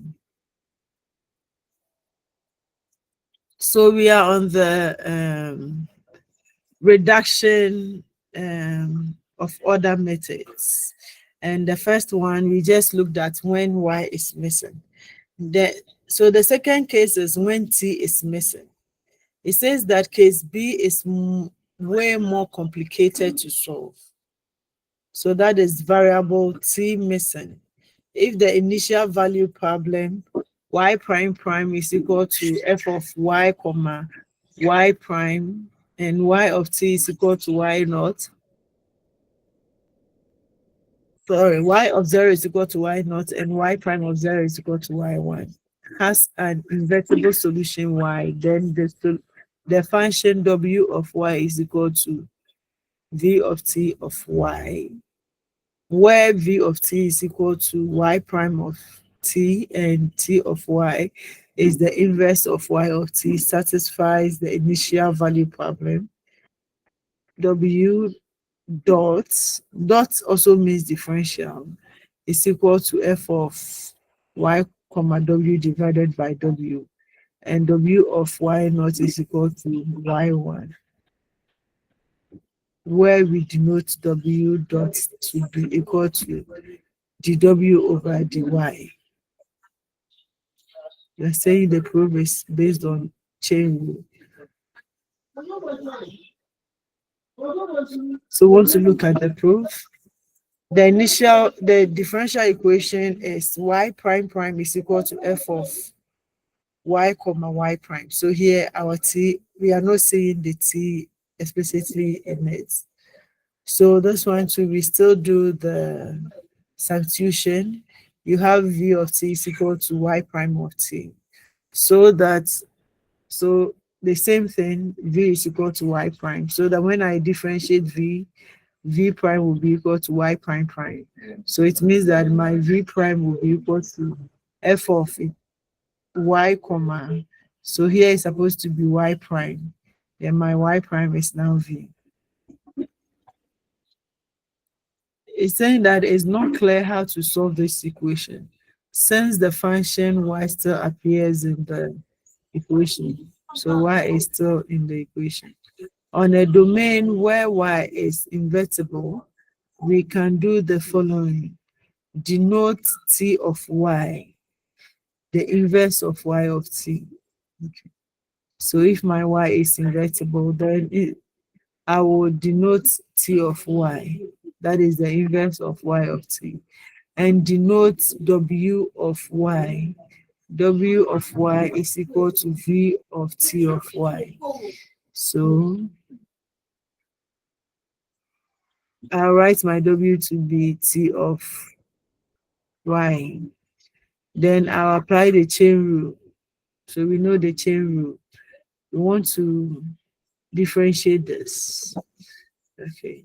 So the chain rule, it says that if I want to differentiate w with respect to y, I have to differentiate dv dt dot dt dy. So that's the chain rule. So the w dy is v dt. We know that v should first of all act on t times dt dy. So that's what I'm writing here. It's the same as the w dy is dv dt times dt dy. So that's what I'm writing here. And we know that dv dt is equal to my v prime, and dt dy is the inverse of dy dt, so I can bring it down. So I have y prime here. But I know that my y prime is v. So in place of y prime, I'll write v. So this is v prime over v, which is the same as, so my v prime, I know that my v prime is f of y comma v. So f of y comma v, then divided by v. So this is the same as f of y comma. Then I know that my v is w. Okay. I know that my w is the same as v of t. So my v of t is the same as w. So w of y, all divided by w of y. So I know that w dot is the same as the w over dy, and v prime is dv over dt. Therefore, we have obtained equation for w, namely w is equal to f of y comma w, all divided by w. Finally, we need to find the initial condition for w. Recall that y of t equal to 0 is y naught. Please, it's there. So initial condition is here. And then y prime of t is equal to y1. So if y of t naught is equal to y naught, this will mean that t of y is equal to y naught equal to 0. And then here, y prime of t is equal to 0 is equal to y naught will mean that v, so we know that y prime is the same as v. So v of t of 0 is equal to y1.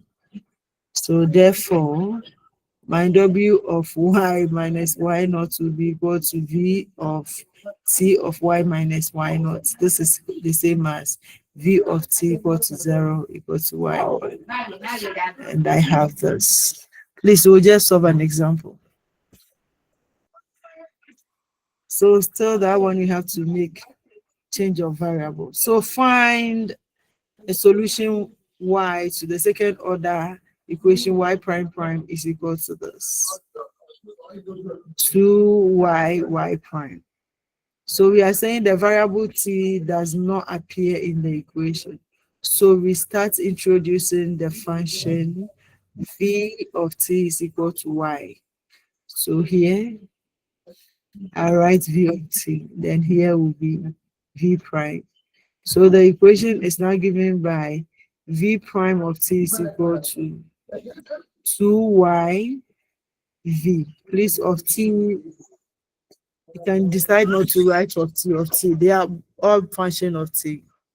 So we look for invertible solution y. Then introduce the function w of y is equal to v of t of y. So I'm introducing this function w, and my w is equal to v of t of y. Okay, so this means that when I differentiate this with respect to Isha, please close the door for me. Close the door for me. So differentiating this with respect to y using chain rule, I'm going to get w over dy is equal to dv dt. So dv dt times dt dy. And I know that dv dt is v prime, and this is 1 over y prime. So I have over y prime. And then I know that y prime is v. So I have v prime over v. Okay. So using the differential equation, I'm going to get w. The w is equal to 2. So I have 2y, and then I know that my y prime. So I have v over v.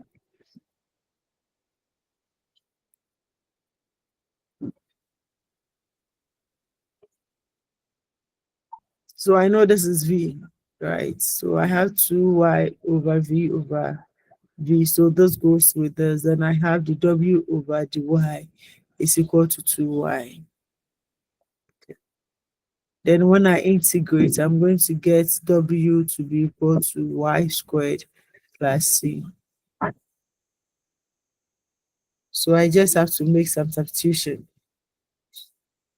I'm making some substitution.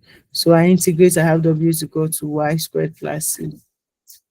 Now I go back to do my substitution. I know that w is equal to v of t. It's here. V of t of y is equal to w of y. Okay. So we get v of t is equal to y squared plus c. Then with v of t is equal to y of t prime. So I know that this from here, I made substitution v of t is equal to y prime. Okay. So now instead of v, I'll write y prime. So I have v is equal to y prime. So this means that I'm going to get y prime is equal to y squared plus c. Then I divide through by y squared plus c. I'm going to get y prime over y squared plus c is equal to 1. Since we only need to find a solution of the equation, and the integral depends on whether c is greater than 0, equal to 0, or less than 0, we choose for no special reason, only one case, where c is equal to 1. So here we are just choosing. Here we are not giving any initial condition, so we are choosing anything that will make our work easy for us. So we want to choose when c equal to 1. So if c equal to 1, then I'll have y prime over y squared plus 1 is equal to 1. Then when we integrate both sides, so I have integral dy over 1 plus y squared is equal to integral of 1 dt. And the integral of this is something we've seen somewhere in further calculus. This is tan inverse. Tan inverse. Okay. Integral of tan inverse. Okay. So integral of this is equal to tan inverse of y. Tan inverse is the same as the arc tan. So tan inverse of y is equal to, so integral of the t will give me t plus c.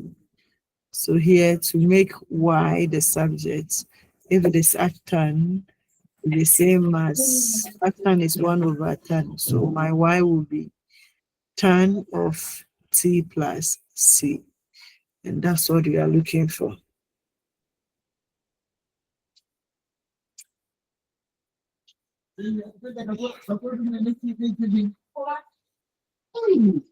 Ishra, please close the door for me. Please. Any question?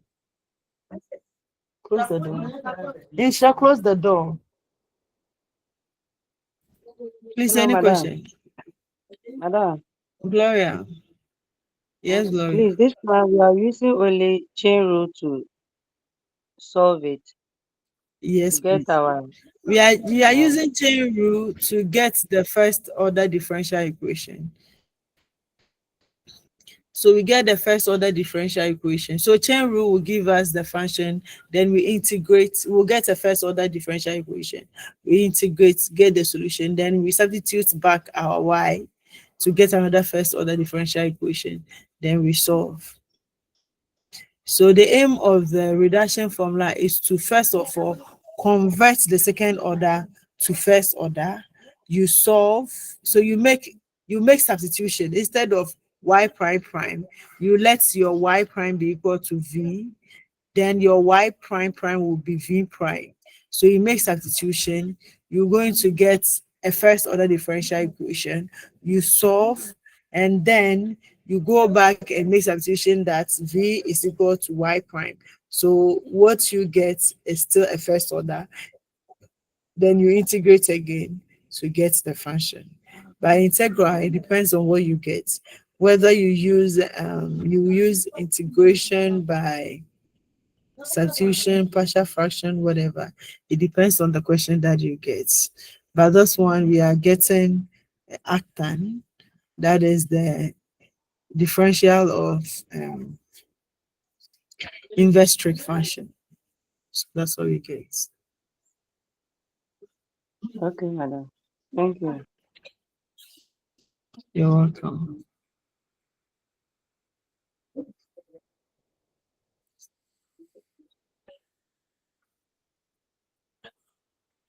Okay, so we are done with that. This is the end of the slide. So far, we are equipped with skills to test linearity of two given functions or for second order differential equations.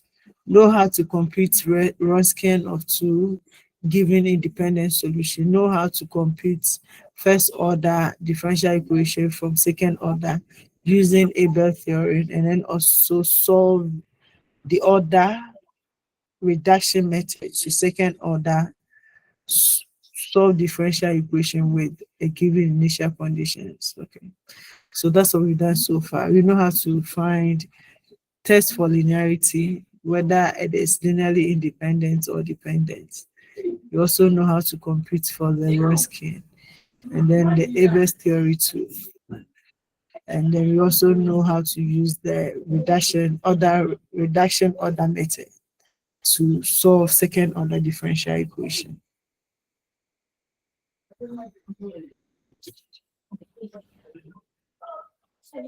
Any question? Because I want to move on to the next one. Or do we break for some few minutes and come back? Yes, madam, let's break small. It looks like most people are not online. So So what do we do? maybe we can reschedule it for all of us to join. Let's reschedule the meeting. It depends on my time too, and then the one who is supposed to. Because if you are able to, I think this one, if you're able to do one, then when we meet next week, you should be able to do 2 point. So if you're able to do 2.3 today, then next week we can do 2.4, 2.5. I think the lesson 3 is just one. The lesson 3, it's only one slide, so we can add it to that. So let's break and then do one more. Then we can add the lesson 1. Lesson 3. I'm saying only one.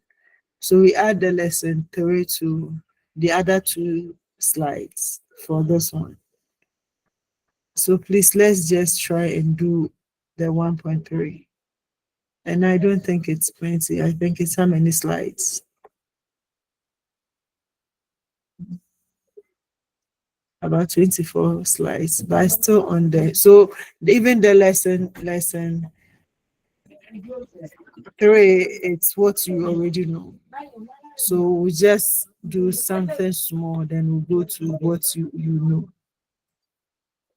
So lesson 3, it's about continuation of the reduction order method. Then we come to what you already know, finding the characteristic polynomial and then solving. So why not maybe continue for about 20 minutes, finish with this, and then break for another time. We break, then we will meet next time. Okay, Hello. madam. Okay. Okay. So let's continue. We are still on the reduction of order method. If you know one solution to a second order linear homogeneous differential equation, then one can find a second solution to that equation. And the second solution can be chosen to be not proportional to the known solution. One obtains the second solution, transforming the original problem into solving two first order differential equations. That is what we just did. If a non-zero function y1 is a solution to y prime prime plus y1 of ty prime plus y naught of ty is equal to 0, where y1 and y2 are given functions, then a second solution not proportional to y is given as y2 is equal to y1 integral of e to the power minus this dt, where a is equal to integral of a1 of t. Go.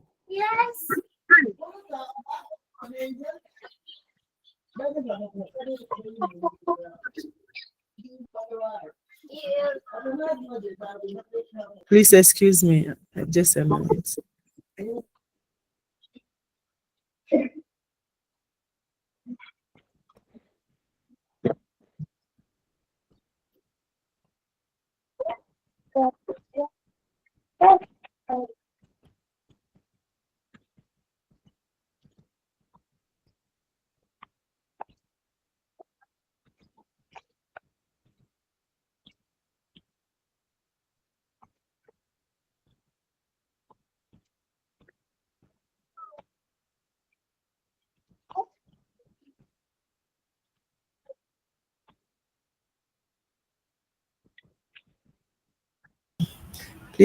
I'm sorry, I'm back.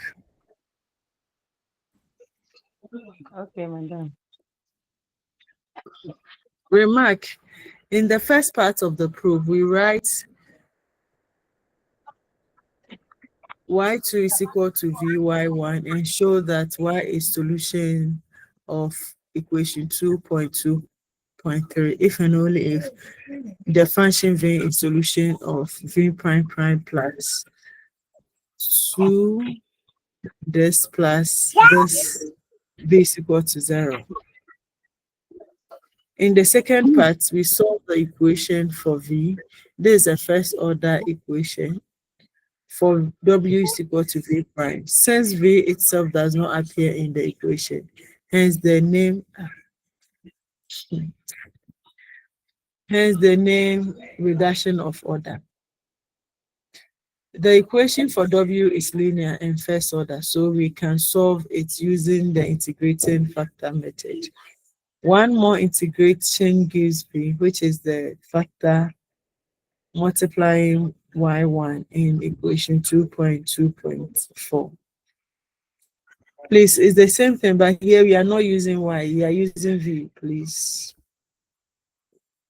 The function v and w in this subsection have no relation with the function v and w from the previous subsection. We write y2, please let me look at what I just did. We write y2 is equal to vy1, and we put this function into the differential equation in 2.2.3, which gives us an equation for v. To start, compute y 2 prime and y2 prime prime.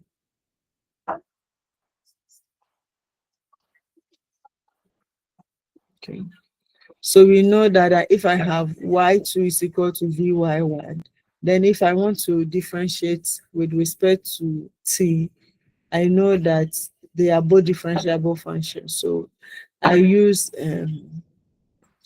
product rule here. So that is the first differential. Then when I differentiate again, that is the second differential, I'm going to get this. Introduce these equations into the differential equation.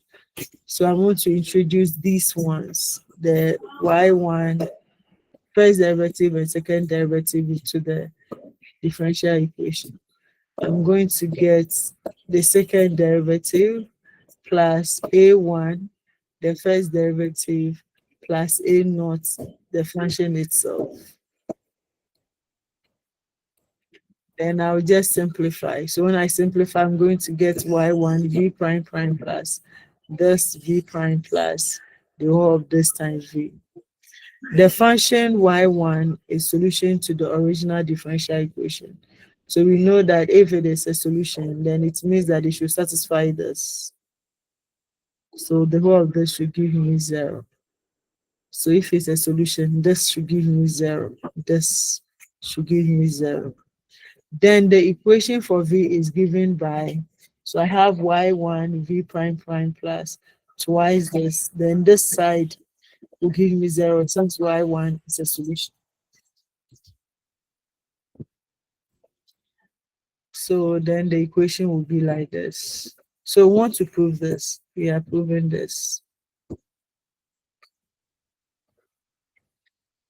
So I make v prime prime the subject. So v that prime prime will be, or I divide through by y1. So I have v prime prime plus 2 y1, this y1 prime over y1 plus y a1 times v is equal to 0. This is equation 2.2.5. The function v does not appear explicitly in this equation. So we denote w to be equal to v prime.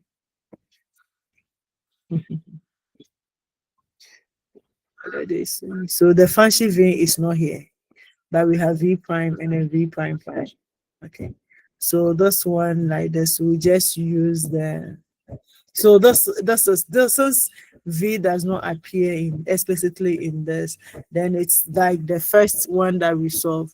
That is a special second order differential equation where y is not appearing in it. So here v is not appearing. So we have to make substitution. So we are using w to be equal to v prime so that my w prime will be v prime prime. So I have w prime plus twice of this equal to w. And this is a first order linear differential equation for w. So we should be able to solve this. So we should be able to solve this using integrating factor approach. So with the integrating factor, I will just choose, or I'll choose this from here.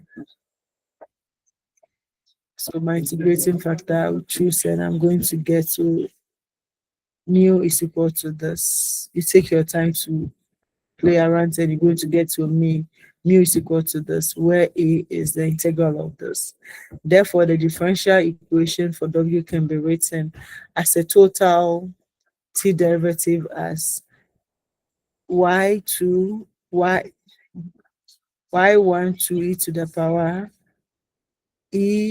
a1 w prime is equal to 0.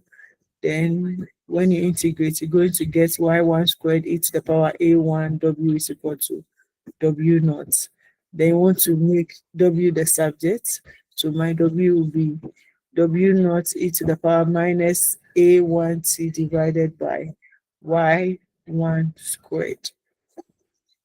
Then we know that w2 is equal to v prime. So I just make my substitution. In place of this, I'll write v prime So v prime is equal to this. Then I have to integrate.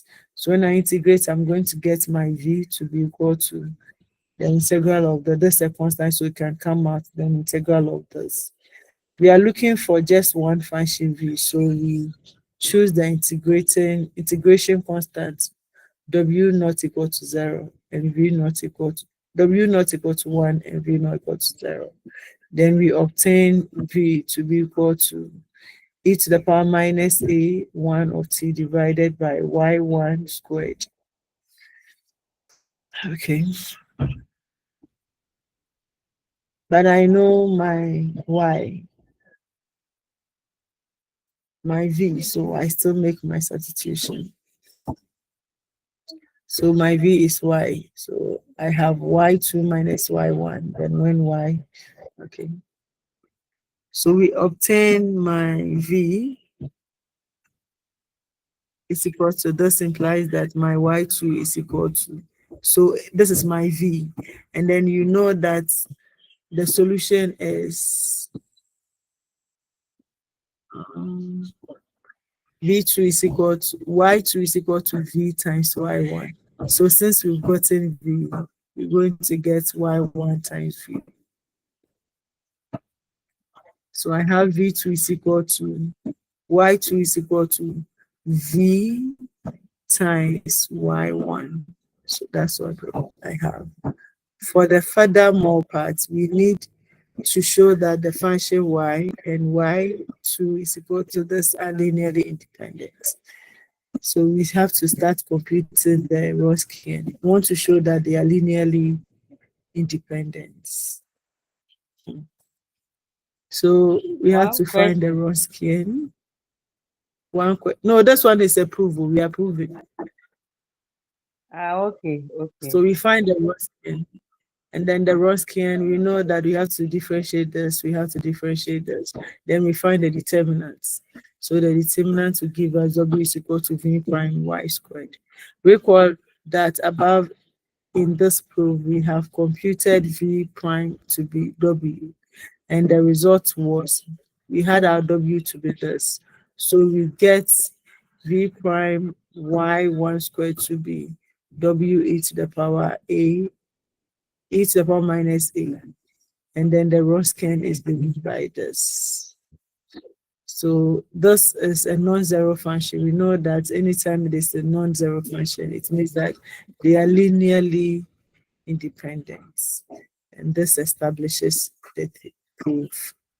Okay, we want to look at an example. It says that find a second solution y2 linearly independent to the solution y of t is equal to t of the differential equation this. So here we are given one of the solutions. We want to find the other solution. And the other solution is supposed to be a linear, the second solution, we should be able to express it as y2 is equal to v y1. Okay. So the function is t squared y prime prime plus 2t y1 minus 2y is equal to 0. So we have to divide through by t squared. So we divide through by t squared. And then we start to differentiate. Okay. So we look for a solution of the form y2 is equal to t v of t. So our y1 is t. So we are looking for a solution y2 is equal to v y1, but our v y1 is t. Okay. So what we have to do is we have to differentiate this. So when I differentiate this, I have to use a product rule. When I differentiate this, I'm going to get y2 prime to b. I keep t, I differentiate v plus. I keep v, I differentiate t. Then I find the second derivative. When I find the second derivative, I'm going to get, I keep t, I differentiate this one, plus I keep this, I differentiate this, I'm going to get v prime, plus I differentiate this, I'm going to get v prime. So I'm going to get t v prime prime plus 2 v prime. So that is it. Then so the equation for v is given by So from what we just did, after getting our function, after getting the second derivative, we substitute them back into this. Okay. So I'm going to get t squared. This is the first derivative plus 2t, the second derivative minus 2t, like that. So I'm substituting everything here. So my y is tv. My y prime is tv prime plus v. And then my y prime prime is this. So I just substitute everything here. Then I'm going to get this. I just simplify. Then when I simplify, I'm going to get t to the power 3 v prime prime plus 4t squared v prime. Then when I divide through by t cubed, I'm going to get t v prime prime plus 4t v prime is equal to 0. Okay. Notice that this last equation is precisely equation 2.2.5. Since our case, we have y is equal to t. So please, we compare it with this.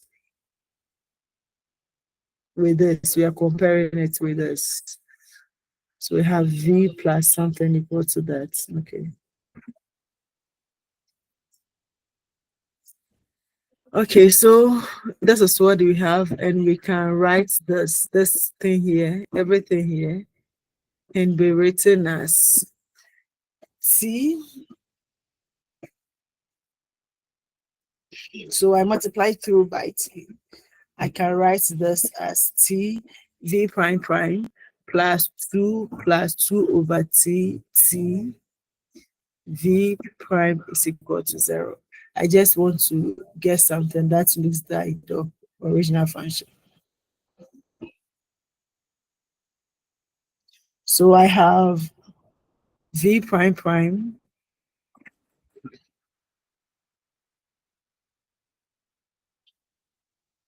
So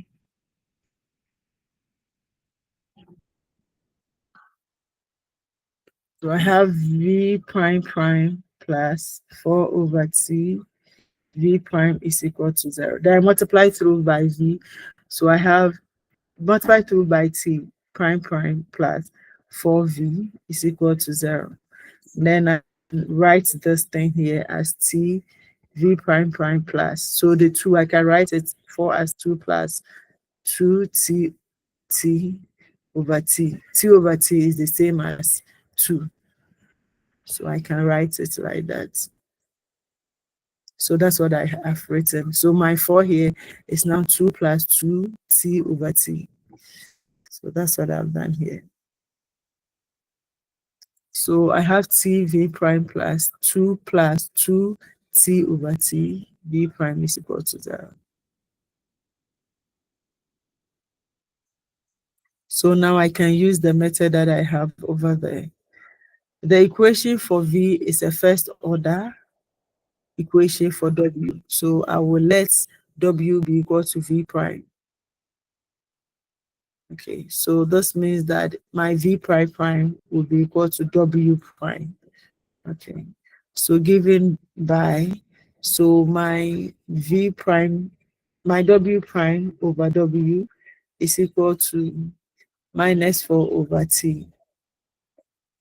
If I'm making substitution here. So my p of t is equal to 2 over t. So I have w prime over w is equal to 4 over minus t here. So when I come here, I have v prime prime plus 4 over t v prime is equal to 0.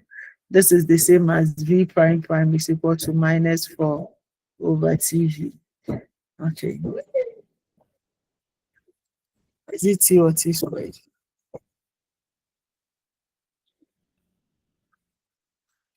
Okay, so it's t.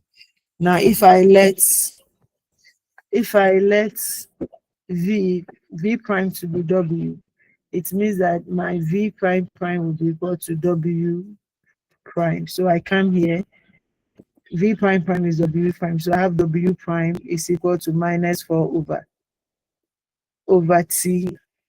So my v is w, this is w, so this is the same as w prime over w is equal to minus 4 over t. So that's what I have here.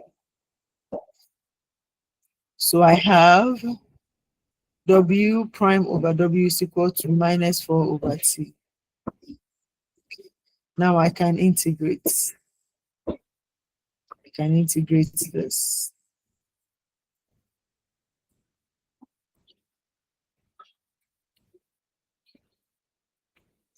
So this implies I have w t is equal to c1 t to the power minus 4.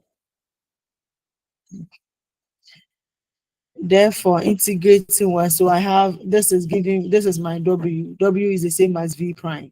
So my v prime is equal to c t to the power minus 4. I have w. My w is the same as v prime, and this is giving me c1 t to the power minus 4. So I have to integrate again to get my v, but not v1. So we are looking for v. We know that our y2 is equal to vy1. So we are looking for v. Okay. So we want to integrate again. So when I integrate again, I'm going to get my v to be equal to c2 t to the power. Okay, so I'm integrating this function. So when I integrate the v, I'm going to get v to be equal to, I have c1 outside, integral of t to the power minus 4. Integral of t to the power minus 4 is, so this is c1. Integral of this is t to the power minus 3 over minus 4 all plus c. Then I can put everything together and write this as, so my c, I can call it maybe c2 or something. The whole of this, when I put it together, I'll write it as v is equal to k t to the power minus 3 plus whether c2 or whatever. So that's what I have here. Integrating again, I have v to be c2, I made it k t to the power minus 3 plus c3. That is it. So this is the v that I'm looking for. So it means that my y is equal to tv, and this is my v. So my y2, because but remember my y1 is t. Okay, so I have y2 is equal to tv, and my y2 will be c2 times my t will give me t to the power 2 plus c3 t, and this is the solution I'm looking for. So anytime you are given the function like this, you try, you have your v, your y2, you differentiate first, second derivative, you substitute them into this, then you use reduction formula to get your v. That's what we just did. So choosing c2 to be 1 and c3 to be 0, I'm going to get my y2 to be 2 to the power minus 2. Therefore, a fundamental solution to the original differential equation is given as y1 is equal to t, and then y2 to be 1 over t.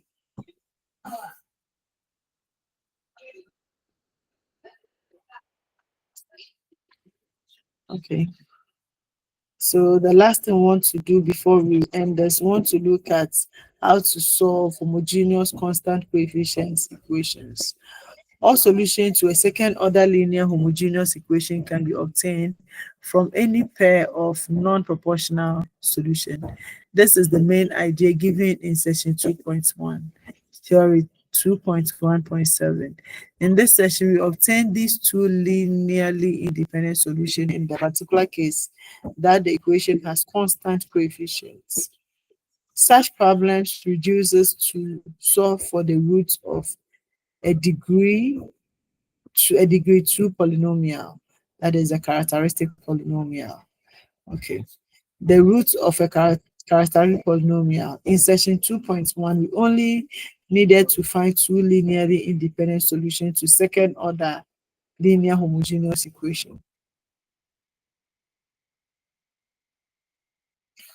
Then theory 2.1.7 says that every other solution is a linear combination of the former two. How do we find any pair of linearly independent solutions? So this one is what we know. So we know that if I have a differential equation like this, I have to look for the best candidates. So we use a test function having a derivative proportional to the original function. So we have, so idea is we know that y prime should give me r times my original y. And such function will be simplified from the equation. So we try with the test function. So we know that if I have y to be equal to e to the power rt, the first differential will be r times the original function. So this is the test function that we'll choose. If we introduce this function into the differential equation, we're going to get, so if this is the function that I'm using, I know that if this is the solution, I have to find the first differential, second differential, then substitute them here. So the first differential will give me re to the power rt, and then the second differential will give me r squared e to the power rt. Then I'll substitute them here. So this one will give me r squared e to the power rt. Then this one will be 5r e to the power rt, then plus 6 ert. Then I'll write it as r squared plus 5r plus 6 times e to the power rt equal to 0. This is not equal to 0. So I'll equate this to 0. Then I'll find this is a characteristic polynomial, which is the quadratic. So I have to find the root of this function.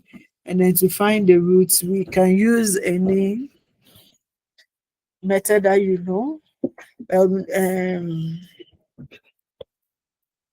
Factor theory or whatever, quadratic formula.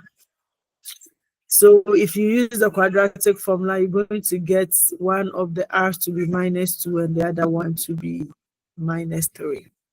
So it means that my solution will be y1 is equal to e to the power -2t, and the second one will be e to the power -3t. Okay, so we know the solution is supposed to be linear combination. So I'm going to get y to be c1 e to the power -2t plus c2 e to the power -3t.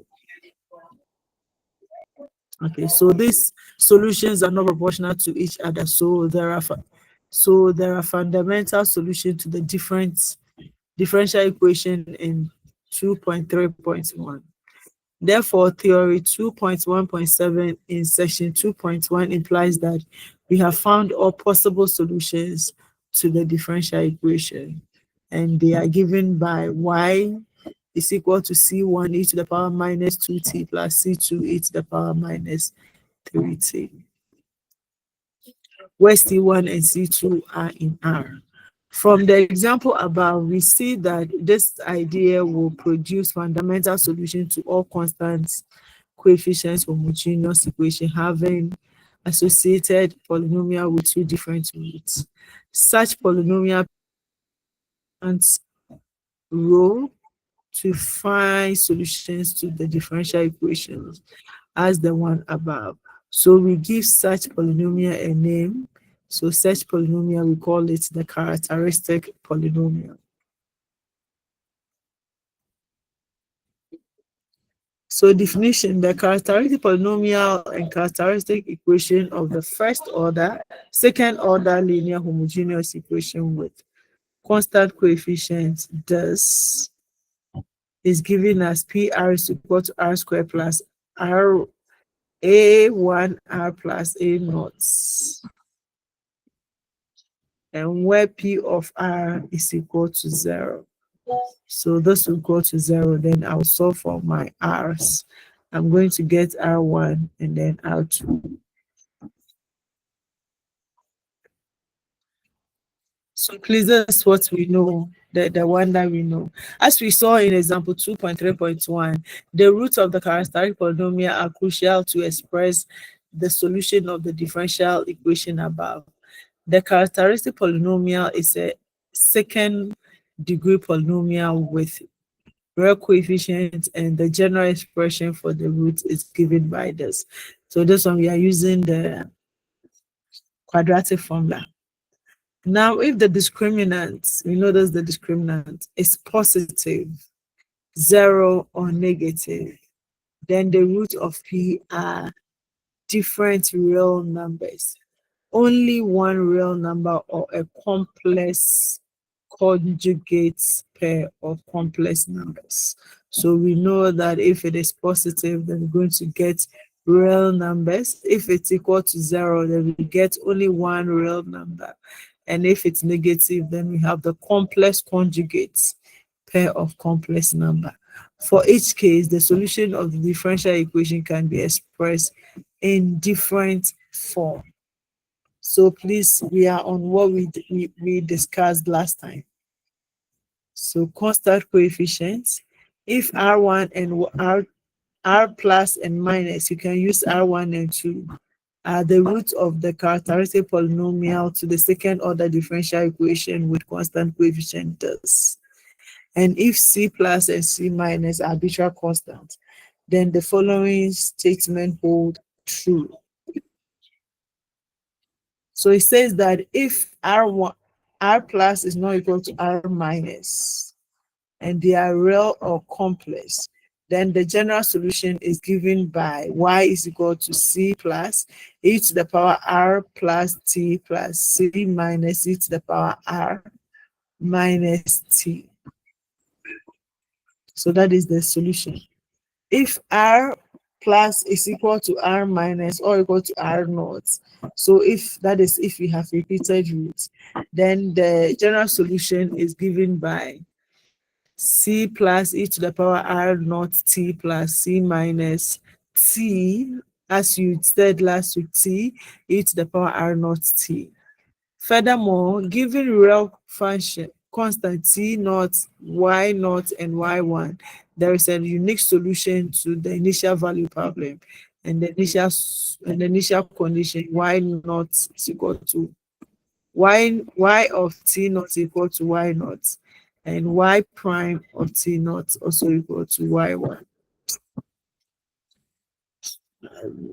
Should we go through the proofs? Should we go through the proof, or you do it yourself, so that we just solve an example? Let's solve an example. Hey, am I here? Should we go through it? No, madam, let's solve an example. Okay, so let's solve an example. Please take your time and look at the proof. So they are just finding solution, finding roots and others. Okay, so example, it says that find the solution y of the initial value problem, y prime prime plus 5y prime plus 6y is equal to 0, and y naught is equal to 1, and y prime of 0 equal to 1. Okay, so this one, as I said, we know that the best candidate for this is y is equal to e to the power rt. So you find the first and the second derivative, substitute them here, and then you find the characteristic polynomial. So characteristic polynomial will be r squared plus 5r plus 6 equal to 0. And when you solve, you're going to get your r to be minus 2 or minus 3. So your solution will be c plus e to the power minus 2t plus c minus e to the power minus 3t because we have distinct roots. Now I want to find values of c plus and c minus.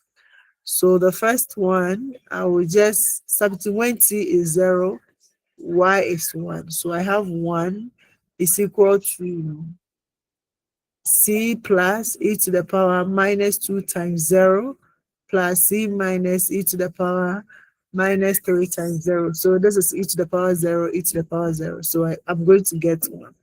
So the first I'm going to get 1 is equal to c plus c minus.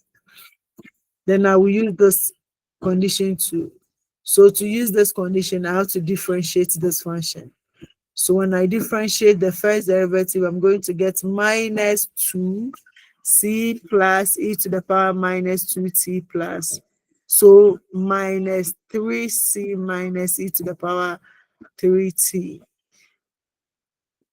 Then when t is 0, I'm going to get minus 2c plus minus 3c minus, also equal to minus 1.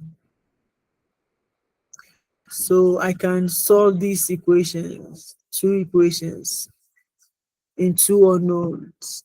So any method that you want, by elimination, simultaneous equation, any method substitution, or you can even use the matrix approach. You can use back solving, Gaussian elimination. You can use Cramer's rule, any rule that you use to get your C plus and C minus. You can also use a calculator. So when you solve, you're going to get your C plus to be 2 and C minus to be minus 1. So you go back here to do the substitution. So this is 2, this minus 1. So your y will be 2e to the power minus 2 minus e minus 3c.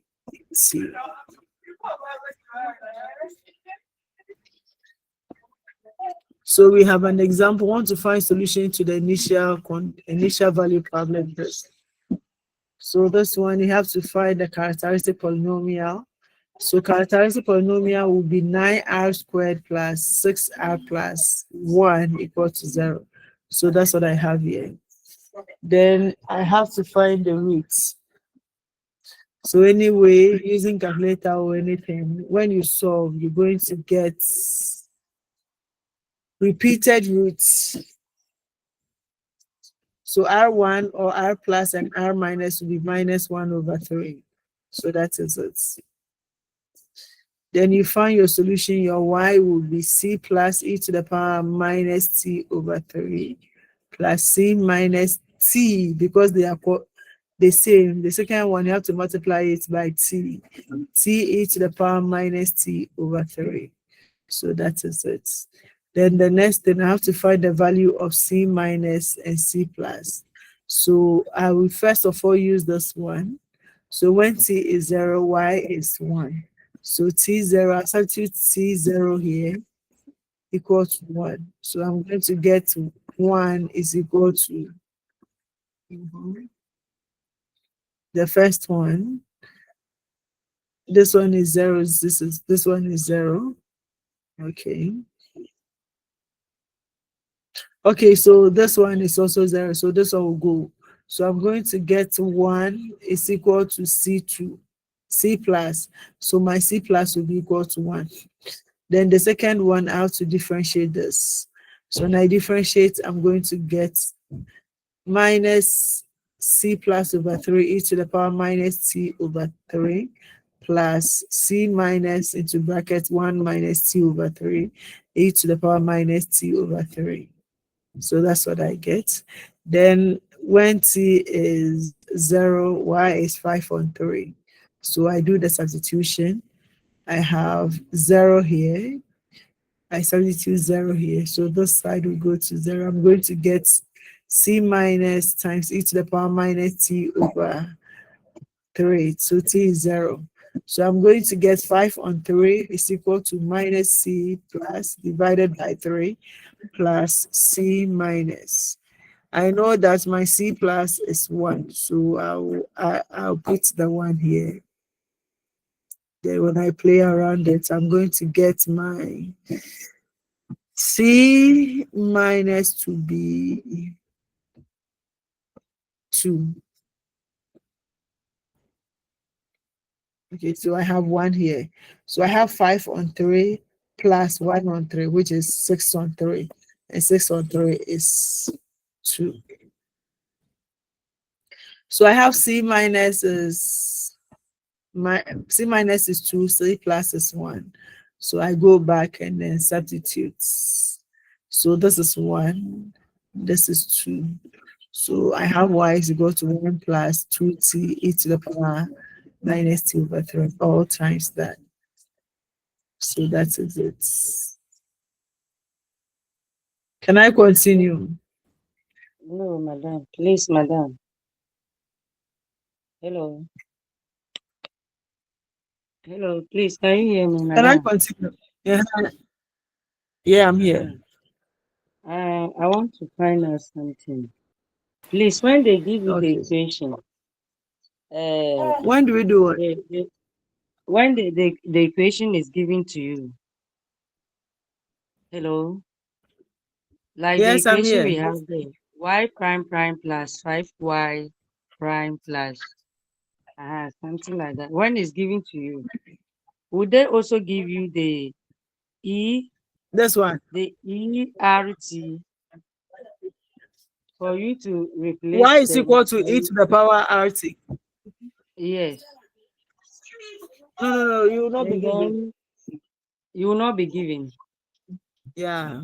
But you just replace them with the y prime prime and then the y prime and then the y. Will you substitute it direct and solve it? Oh. Okay, so we said that we want to get a candidate where we can write y is equal to y something. So maybe y to something like that. Want to get a candidate like that. And the candidates that when I differentiate, I can get this will be y is equal to e to the power rt. This is the best candidate. So this one will not be given.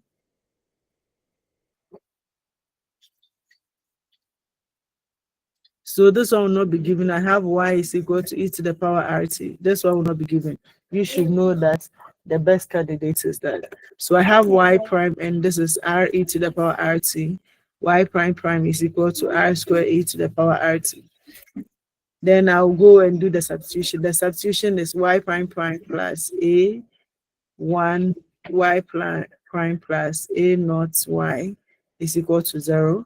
I know that my y prime prime is r squared e rt plus a1 r e rt plus a naught e rt equal to 0. I have this and this, everything, so I can have rt this is equal to r squared plus a1 r plus a naught this equal to 0. From the dot, then how do you call it? Products, zero product rule. If this and this equal to 0, then either this is equal to 0 or this equal to 0. This is not equal to 0, so this equal to 0. So I have this plus a1r plus a naught equal to 0. So I'll solve. This is I call this one the characteristic polynomial. Okay. Is it this one that you're talking about? Yes, it's this one, the substitution. So that one, yeah. Thank you, madam. You're welcome. So it depends on the discriminant. We know the discriminant is b squared minus 4ac. If it's greater than 0, then I know that I'm going to get real distinct roots. If it is equal to 0, then I'm going to get real repeated roots. And if it's less than 0, then I know that I'm going to get complex conjugate pairs. So we should know that. So the examples that we just solved, we looked at where we have a real distinct root. And if I have real distinct root, then my y will be c1 e to the power r1t plus c2 e to the power r2t. And then if I have, so that is for the case 1. And the case 2, if I have repeated roots, then I have this equal to C1 E. So repeated roots means that R1 is equal to R2 and both equal to R. So I have my Y to be C1 E RT plus C2 E RT times T here. So that's when I have repeated roots. So those are the two things that you just did. And I think the next one is on where we have complex roots. So that's what we come to do here. So we are done with this one where we have repeated roots, and we want to look at where we have complex roots. So we study in more detail the solution to the differential equation 2.3.4 in the case that the characteristic polynomial has complex roots. Since these roots have the form r plus or minus is equal to minus a1 over 2 plus or minus 1 over 2 square root of a1 squared minus 4ac. The roots are complex value in the case where the discriminant is less than 0. So we use the notation r plus minus is equal to alpha plus or minus I beta, where my alpha is the real part and my beta will be the complex part. Then the fundamental solution in this case will be y plus is equal to e to the power alpha plus I beta of t, and then y minus will be e to the power alpha minus I beta t. So the general solution will be c plus, then my y plus c minus my y minus. So that is this. Thus, formula for the general solution include real value and complex value solution, but it is not so simple to single out the real value solution. We now provide a new set of fundamental solutions that are real value. Using real value fundamental solution is simple to separate all real value solution from the complex value ones. So this one, we have to look at the theory and solve. I don't know if we have to go through that. If the differential equation y prime prime plus y naught y1 plus y, so y1, y prime prime plus a1 y prime plus a naught y is equal to 0. Has characteristic polynomial with complex roots r plus minus is equal to alpha plus or minus I beta. Then the solution would be this. Then the equation also has real value fundamental solution given by this. Please we go through this one too. I think this you can take your time and go through it. The theory. Should we go through the theory or you take your time to go through the theory? Let's go through, madam. Am I online? Yeah, online. Lawyer, Yes, you madam. take your time to look at the theory. Okay, madam. So we just saw an example. Find the real value general solution of the function this. So we are saying that if we get complex, then our solution will be y plus of t equal to e alpha t cos beta. And then the y minus will be e alpha t sine beta.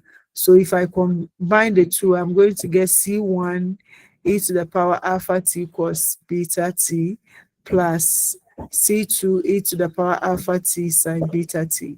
So that will be the solution. Now I have this function and then I want to find the solution. So as we always do, we know that the best candidate will be y is equal to e to the power rt. You find the first differential, second differential, you substitute, you simplify, and you're going to get the characteristic polynomial r squared minus 2r plus 6 equal to 0. Then you solve. When you take your time to solve, you're going to get r1 and then r2 to be 1 plus or minus I root 5. So you come here, your alpha here is 1, and then your beta here is root 5. Okay. So the solution will be e to the power 1 plus I root 5t, and then e to the power 1 minus I root 5t. Then when you take your time, going to get your y to be c plus cos root 5t plus c minus sine root 5t, all times e to the power t. Sometimes it's difficult to remember the formula for real value solutions. One way to obtain those solutions without remembering the formula is to start repeating the proof of theory 2.3.3. Start with the complex value solution and use the property of loss. They are saying sometimes it's difficult to remember. So if you think it will be difficult, you can look at the proof. So there's another example. This y prime prime plus 2y prime plus 6y is equal to 0. So the same thing, you find the characteristic polynomial to be r squared plus 2r plus 6. You solve and you're going to get minus 1 plus or minus I root 5. So that's also complex. And your solution would be C1. So you have C, so it's the y1 and y2 combined. So you're going to get C1 e to the power minus t cos root 5t plus C2 e to the power minus t sine root 5t. Then there's another one here. So this example too, when you solve. So this one you see that there's no real parts. The real part is 0. So your alpha is 0. So the solution will be C plus cos root 5t and then C2 sine root 5t, because your alpha is 0. So here. So e to the power 0 will give you 1. So this will be the solution. We've come to the end of the session. Any question for me? But please take your time and then read, because most of the things I think we've done so far I just prove. Theory and prove, theory and prove. So please take your time, sit down, look at the theory, and then look at the proof. Try to understand the theory and then the proof.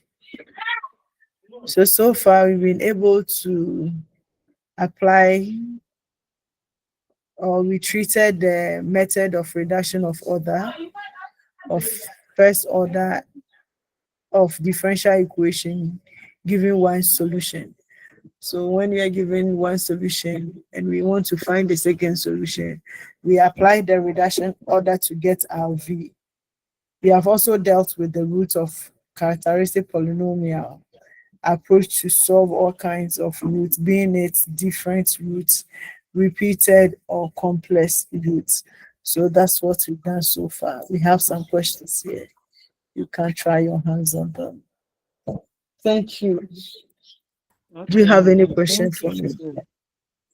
Today, dear, only one person came to the class. Madam, they are there. And that was Gloria. That was Gloria. The rest they didn't come home. Oh, we came. Madam, they are there. They are not only talking, they are there. Yes. You've been around observing, learning, internalizing concepts. So we'll end here and then were you asking a question, Joseph?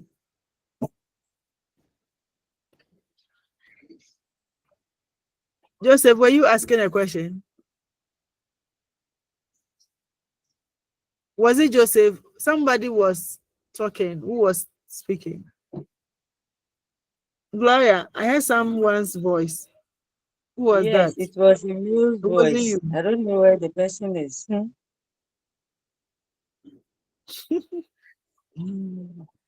Here. So we'll end here Or if you have any question, please ask so that we wrap up and see what happens next. Do you have any Yes, question? madam. No question. We'll go through next week. If there's anything, we'll let you know. Okay, I hear you. Okay, thank you very much. So we'll meet next week, same time. Thank you, too. madam. God bless you. Thank you. God bless you too. But please try and then go through the notes before we meet. Okay, Try madam. and finish the lesson 2 and then also even lesson 3. So that when we meet, you will not be quiet as you've done today. Yes, madam. We'll do that. Yeah, we'll do that. Yeah. Okay, thank you. Bye bye. You're welcome. Bye.